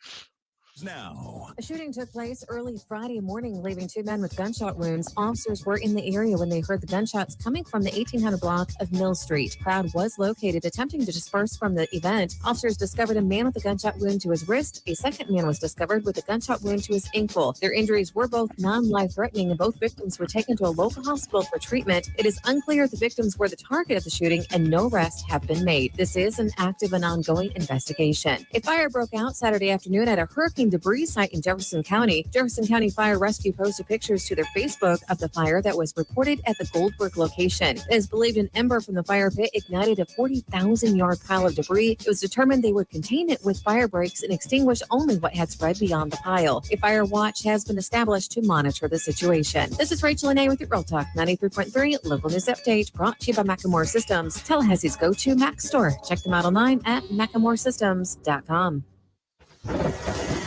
This is meteorologist Paul Trombley with your Real Talk 93.3 weather update. Daytime highs approaching 77 this afternoon under mainly clear skies, northwest winds 8 to 15 miles per hour. Mainly cloudy skies expected tonight, lows around 44. High temperatures reach up to 61 tomorrow, bright sunshine. High of 68 Thursday under clear skies, 73 Friday. This report is brought to you by The Lawn Johns. For all your landscaping and lawn care needs, visit thelawnjohns.com. Right now, 77. Orthopedic pain and injury deserves effective treatment options now, so you feel better fast. Whether you have joint pain that won't subside or an urgent orthopedic injury, we are the specialists to get you back on your feet. And there's only one thing better than fast care: expert care. We believe you deserve both. TOC, only experts. Learn more at teamtoc.com. Let's take a minute to imagine all the things you can accomplish with help from Southeast Portable Buildings. Are you a hoarder? Hoard some more. Get a storage shed. Mother-in-law moving in with you? Put her in a shed out back. I'm kidding. Still working on that engine that you're going to finish from last summer? Uh-huh. Move it out to a new workspace with Southeast Portable Buildings. From she sheds and man caves to repair shops and trophy rooms, the possibilities are only limited to your imagination. Visit Southeast Portable Buildings today. Life is stressful. Dinner shouldn't be. That motto is why Register Sausage has been doing business in the Florida Panhandle and Lower Alabama for over 75 years. A proud sponsor of Seminole Headlines, Register Sausage always provides the best Southern smoked sausage to over 140 grocery stores and restaurants throughout the Southeast. Headliners have discovered the Register's difference. You can too. To find a store that carries Registers near you or to buy directly, head to registermeats.com. That's registermeats.com. Register Sausage. Yay, sausage! Seminole Headlines returns now. Head to YouTube and search for Warchant TV today to catch the show live or on demand. Now, here's Jeff Cameron, Ira Schofel, and Corey Clark. Let's keep it rolling here. Back over to Twitter. Who is more likely to pull a hamstring running down a hill, Corey Clark or Dabo Swinney? I mean, I'm in better shape than Dabo now. For the first time in either one of our lives, I'm in better shape, so I would say Dabo. Plus, he's older than me. He's had a lot more experience at it. Well, no, I'm more likely to fall and just roll down the hill, but I don't think I'd pull my hamstring. I think that's on Dabo. It's probably a little tighter muscles. How's the Achilles doing? You all right? You gonna be able to? I'm good. run I'm running again, Jeff. I'm running again. Oh, that's what So I we're want to good. hear. We're in good Yeah, shape. real quick, and not to dampen the mood too much, but there was news that came out today. If you want to share it, Jeff. Yeah, no, go ahead. You got it. Yeah. Brooke Wyckoff, I don't know if you've seen it, Corey, because it just came out in the last couple hours. But Brooke Wyckoff, Florida State's women's basketball coach, friend of all of ours. We've known Coach Wyckoff for a long time. Some of us maybe going back to her playing days. I do. And she actually had surgery today to remove a mass. She's dealing with breast cancer, but they feel like they got it in time. The surgery went well. She's going to miss their exhibition game Wednesday night, but they think she'll be back on the sideline for their opening game of the season. So we just want to tell Coach Wyckoff we're thinking about you. Yeah. And everybody else should as well. She does a great job, great Nole, and we all, She was, by the way, just as an aside, I know this is much more about her health, and we do wish her nothing but the best and wish her well and full recovery as quickly as possible, but she was an awesome player. Yeah. At that time, I was roommates with the play-by-play announcer for women's basketball, and she was incredible. I used to love watching her play. She was a dominant player. So, yeah, many moons ago. Not as good as Tanaya Latson. No. Thanks for sharing. Well, I don't know what that had to do with anything. Just say it. Tanaya Latson's awesome. She's the best player in school history. All right. Hey, fellas, I was at the game this past weekend, and there were Seminole fans all over the place. I've been to the last 4 at Wake, and this was by far and away the most Noles at that game. What's been the biggest showing of Nole fans at any away game that you can ever remember? Man, you guys would definitely know more. Well, I will tell you that there have been stretches when Miami was set up to take an ass kicking, and we would overtake the stadium. Did they down there? Was the probation game was like 100 to nothing? Was that down there? That was here. That was here. That was here. Yeah, that was in Tallahassee. That was awesome. We were dancing before the kickoff. That ass kicking was coming, and they knew it. But what's so in one of those games where they knew they were going to get beat? I mean, was it half Florida State fans? Oh yeah, I've been down there before where they knew they were bad. They knew they were going to get beat, and it was pretty early on. Like, they may have been there early to make it 50-50 or 60-40, and then they're all gone. They're gone. Yeah, they all leave at half those games. But I would say, like, I guess LSU last year doesn't count because it's not a true road game. But it's a neutral site game, but that was incredible. It was impressive. That was nuts. That was crazy. That was and look, man, it's crazy that they sold out 3 straight games against Virginia Tech, Syracuse, and Duke. Like, I think it speaks to where this fan base is. Number one, how starved it was for a team like this, but also how much they believe in this coach and in this particular team, and they want to go enjoy this again. They want to embrace this, and that's why, I know Wake only seats 32,000, but 15,000 of them were Florida State fans. That's by far the most. To me, that's the most Florida State has taken over another stadium. Like Miami, they'll take it over in the third quarter. But this was from the jump. They had half the fans. It was cool. It really came. I know you guys were in the stadium. It came across on television very clearly. It was loud, and it was funny because, like, if Wake Forest had something go their way, which they didn't have much, but if they had a call that went their way, it sounded like a home Florida State game booing the refs. It was amazing. You're like, well, how about that? They're booing, and Wake just got a 15-yard. I mean, I think Wake had a false start on offense because the Florida State crowd was so loud. Right. It was awesome. All right, here we go. Did you guys snuggle each other on the hill? We should have. We talked about it. Well, we did. We didn't film it. Yeah. Ira and I don't like to film our embraces. We keep that kind of personal. Or we'll film it, but we just send it to each other. Between the two of you, right? Yeah, we send it to each other and maybe a few friends, but we're never going to put it out for public consumption, I don't think. Judson, Ira? I mean, if the price is right, Corey. Oh, I was going to say, anybody could be bought. We'll do anything on camera for the right price. Yeah. You could do the dance music we used to do for Jimbo. Yeah, anything. Literally, and I will do anything on camera if you pay me enough. Judson wrote, if y'all were Dabo in that situation, what would have been your answer? We answered this one, Judson, sorry. I would. He started just fine. He started out with you're free to have your opinion. We've had an awful lot of success around here. And it just kept going. You don't need to continue to engage in that situation. Only it's going to make you look bad. Appreciate the post. What rank do you think FSU will open up with from the committee? I said third. Me too. I think 3. Yeah, 3 is where I feel like also. But I'm not sure exactly. But you guys disagree a little bit on Michigan or Ohio State. I think I'm probably I think you guys gave your 4. I would say Georgia, Michigan, Florida State, Ohio State is what I think it's going to be. I think the way the order will play out tonight, the more I think about it. Well, are they following their own? Who knows? Who knows, Jeff?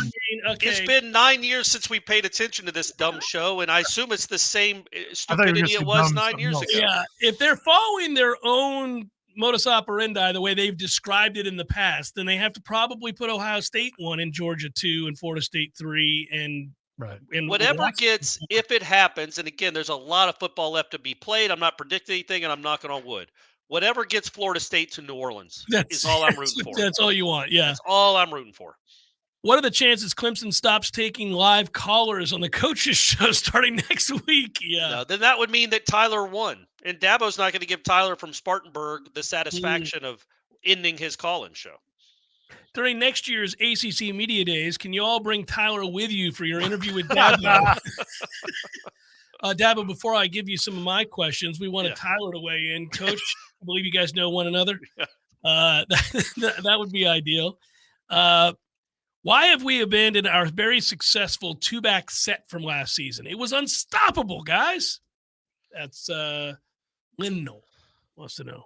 I don't know that. Yeah, we don't do it as much, but I mean, every week, every year, they change things up based on personnel, based on what they got up front. I don't know, and they're running pretty good offense right now. I'm not going to worry about it. And when they do, sometimes they will do it. It feels like Jaheim is the back in their yeah. They do it mostly with Jaheim. Yeah. Bob writes, does Clemson's meltdown this season impact their attractiveness to the SEC? Curious if this could negatively impact FSU's time frame for an ACC departure. No, I wouldn't think so. No, I don't think so either.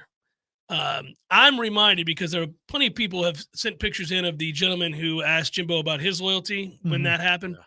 And I will tell you that the day after that happened, I went into a pizza shop to get pizza to go, as one does, and he was in there and came up to me and we shared a beer. Yeah. And the next day when I got to ESPN, where I was working at the time, there was a picture of this gentleman on the door, and it says, "Not all heroes wear capes." Right. And it was right there on the front. Yeah, Remember how much fun that was? He's in fact, there's a thread on the message boards where people brought him up because of the Tyler thing, and he responded in the thread. He's like, "Yeah, that's me." And he does. He is a member of our site, and probably other sites as well, but he is a member of our site. No, he's not. He's a member of our site and only our site because he's smart. I'm not going to say that, but anyway, he's I've actually had the opportunity to have lunch with him. Nice guy, and he did the program a solid. He did. Anyway, to me, like, people are going to compare him to Tyler. I don't think his not was even close. Not even close. It was just like, I mean, that was a fair question at that point. Also, by the way, they put their hands on him. Yeah, that was yeah, they walked him out. It's like, man, get your hands off me. I didn't do anything wrong. Different film situation if the guy touched me. That was crazy. He was like just pushing him. Like, whoa, partner, what are we doing here? So are we still playing in Ireland next year? Smiley wants to know. Yep. As far as we know. Got my tickets. Well, no, I don't. You don't have any tickets. Stop. No, we have a hotel reservation. We do. Okay, we got a Stephanie, hotel we got reservation. that, You don't need tickets. You're good to go. That's true. Can I get something off my chest real quick since we just talked about Jimbo and that whole scene? Yeah. Because the other day, sorry, Corey. I tweeted about Jimbo the other day. I made fun of his quote where he said that, hey, our first goal is getting to a bowl game, which is just comical. You're in year 6, and that's like, it's your big goal, Jimbo. Right. But anyway, and somebody responded to me and said, like, hey, can we just move on? Like, do we have to keep, going after Jimbo Fisher?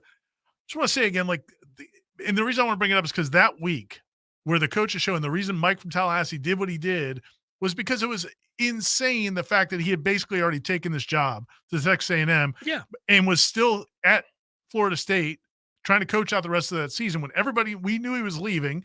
He knew he was leaving. And then that freaking press conference, and the reason I will not stop taking shots at him, that press conference after the Florida game where he called us out, Corey, and me and Gene, and said we were all writing this stuff for the clicks and for the money. Right. When we knew he was leaving and he knew he was leaving, and he to already call had the job. us out, and he already was leaving.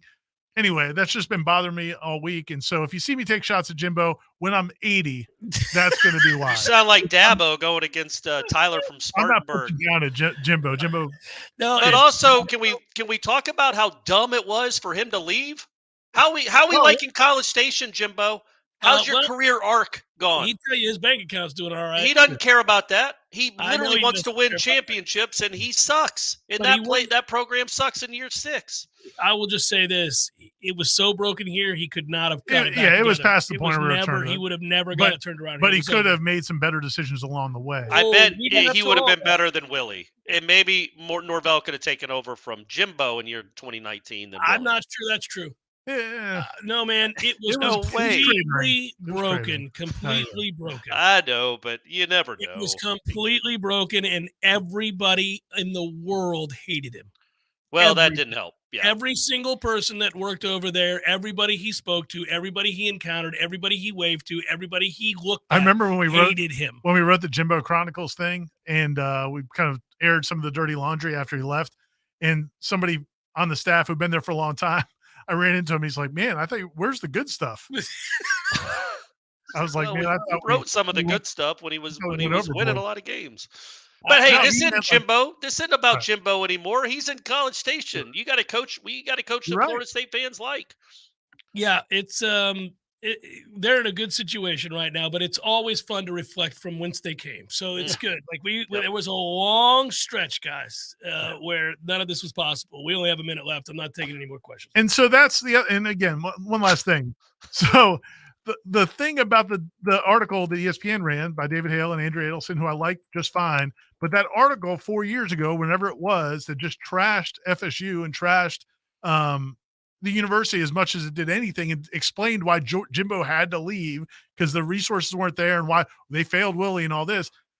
Like, that's why I didn't get too fired up about their article last week about how they turned it all around, because like I felt like things were misrepresented back then. It was just, they gave Willie and Jimbo all these opportunities to trash Florida State and why things were poor at Florida State when those two guys had a big role in it. I think they could have been a little bit more even-handed. It wasn't as bad as I think you think it is. We disagree on that, but I understand where you're coming from. It wasn't completely fair. Yeah, they could have gone a little bit more heavy-handed on, because I know they interviewed all of us for that piece, amongst others, and we told them the stuff we knew about the behind-the-scenes things. It was they didn't interview me. I didn't get interviewed by Hale and Adelson. I was interviewed, but speaking of Adelsons, how about the current trial going on in Tallahassee? Holy cow, they're all going to jail. Well, I'm going to watch right after this. All right. Yep. There you go. Luckily, there's 20 seconds left in the show, guys, as we get set to say goodbye. For Ira and Corey, director, good job as always. Everybody else, peace. Thank you so much. And tonight, 7 o'clock, reaction show to the rankings. There. And there's a game Saturday against Pitt. There's your preview. And we'll talk about it. It'll be fun. Peace. Has been taking care of business.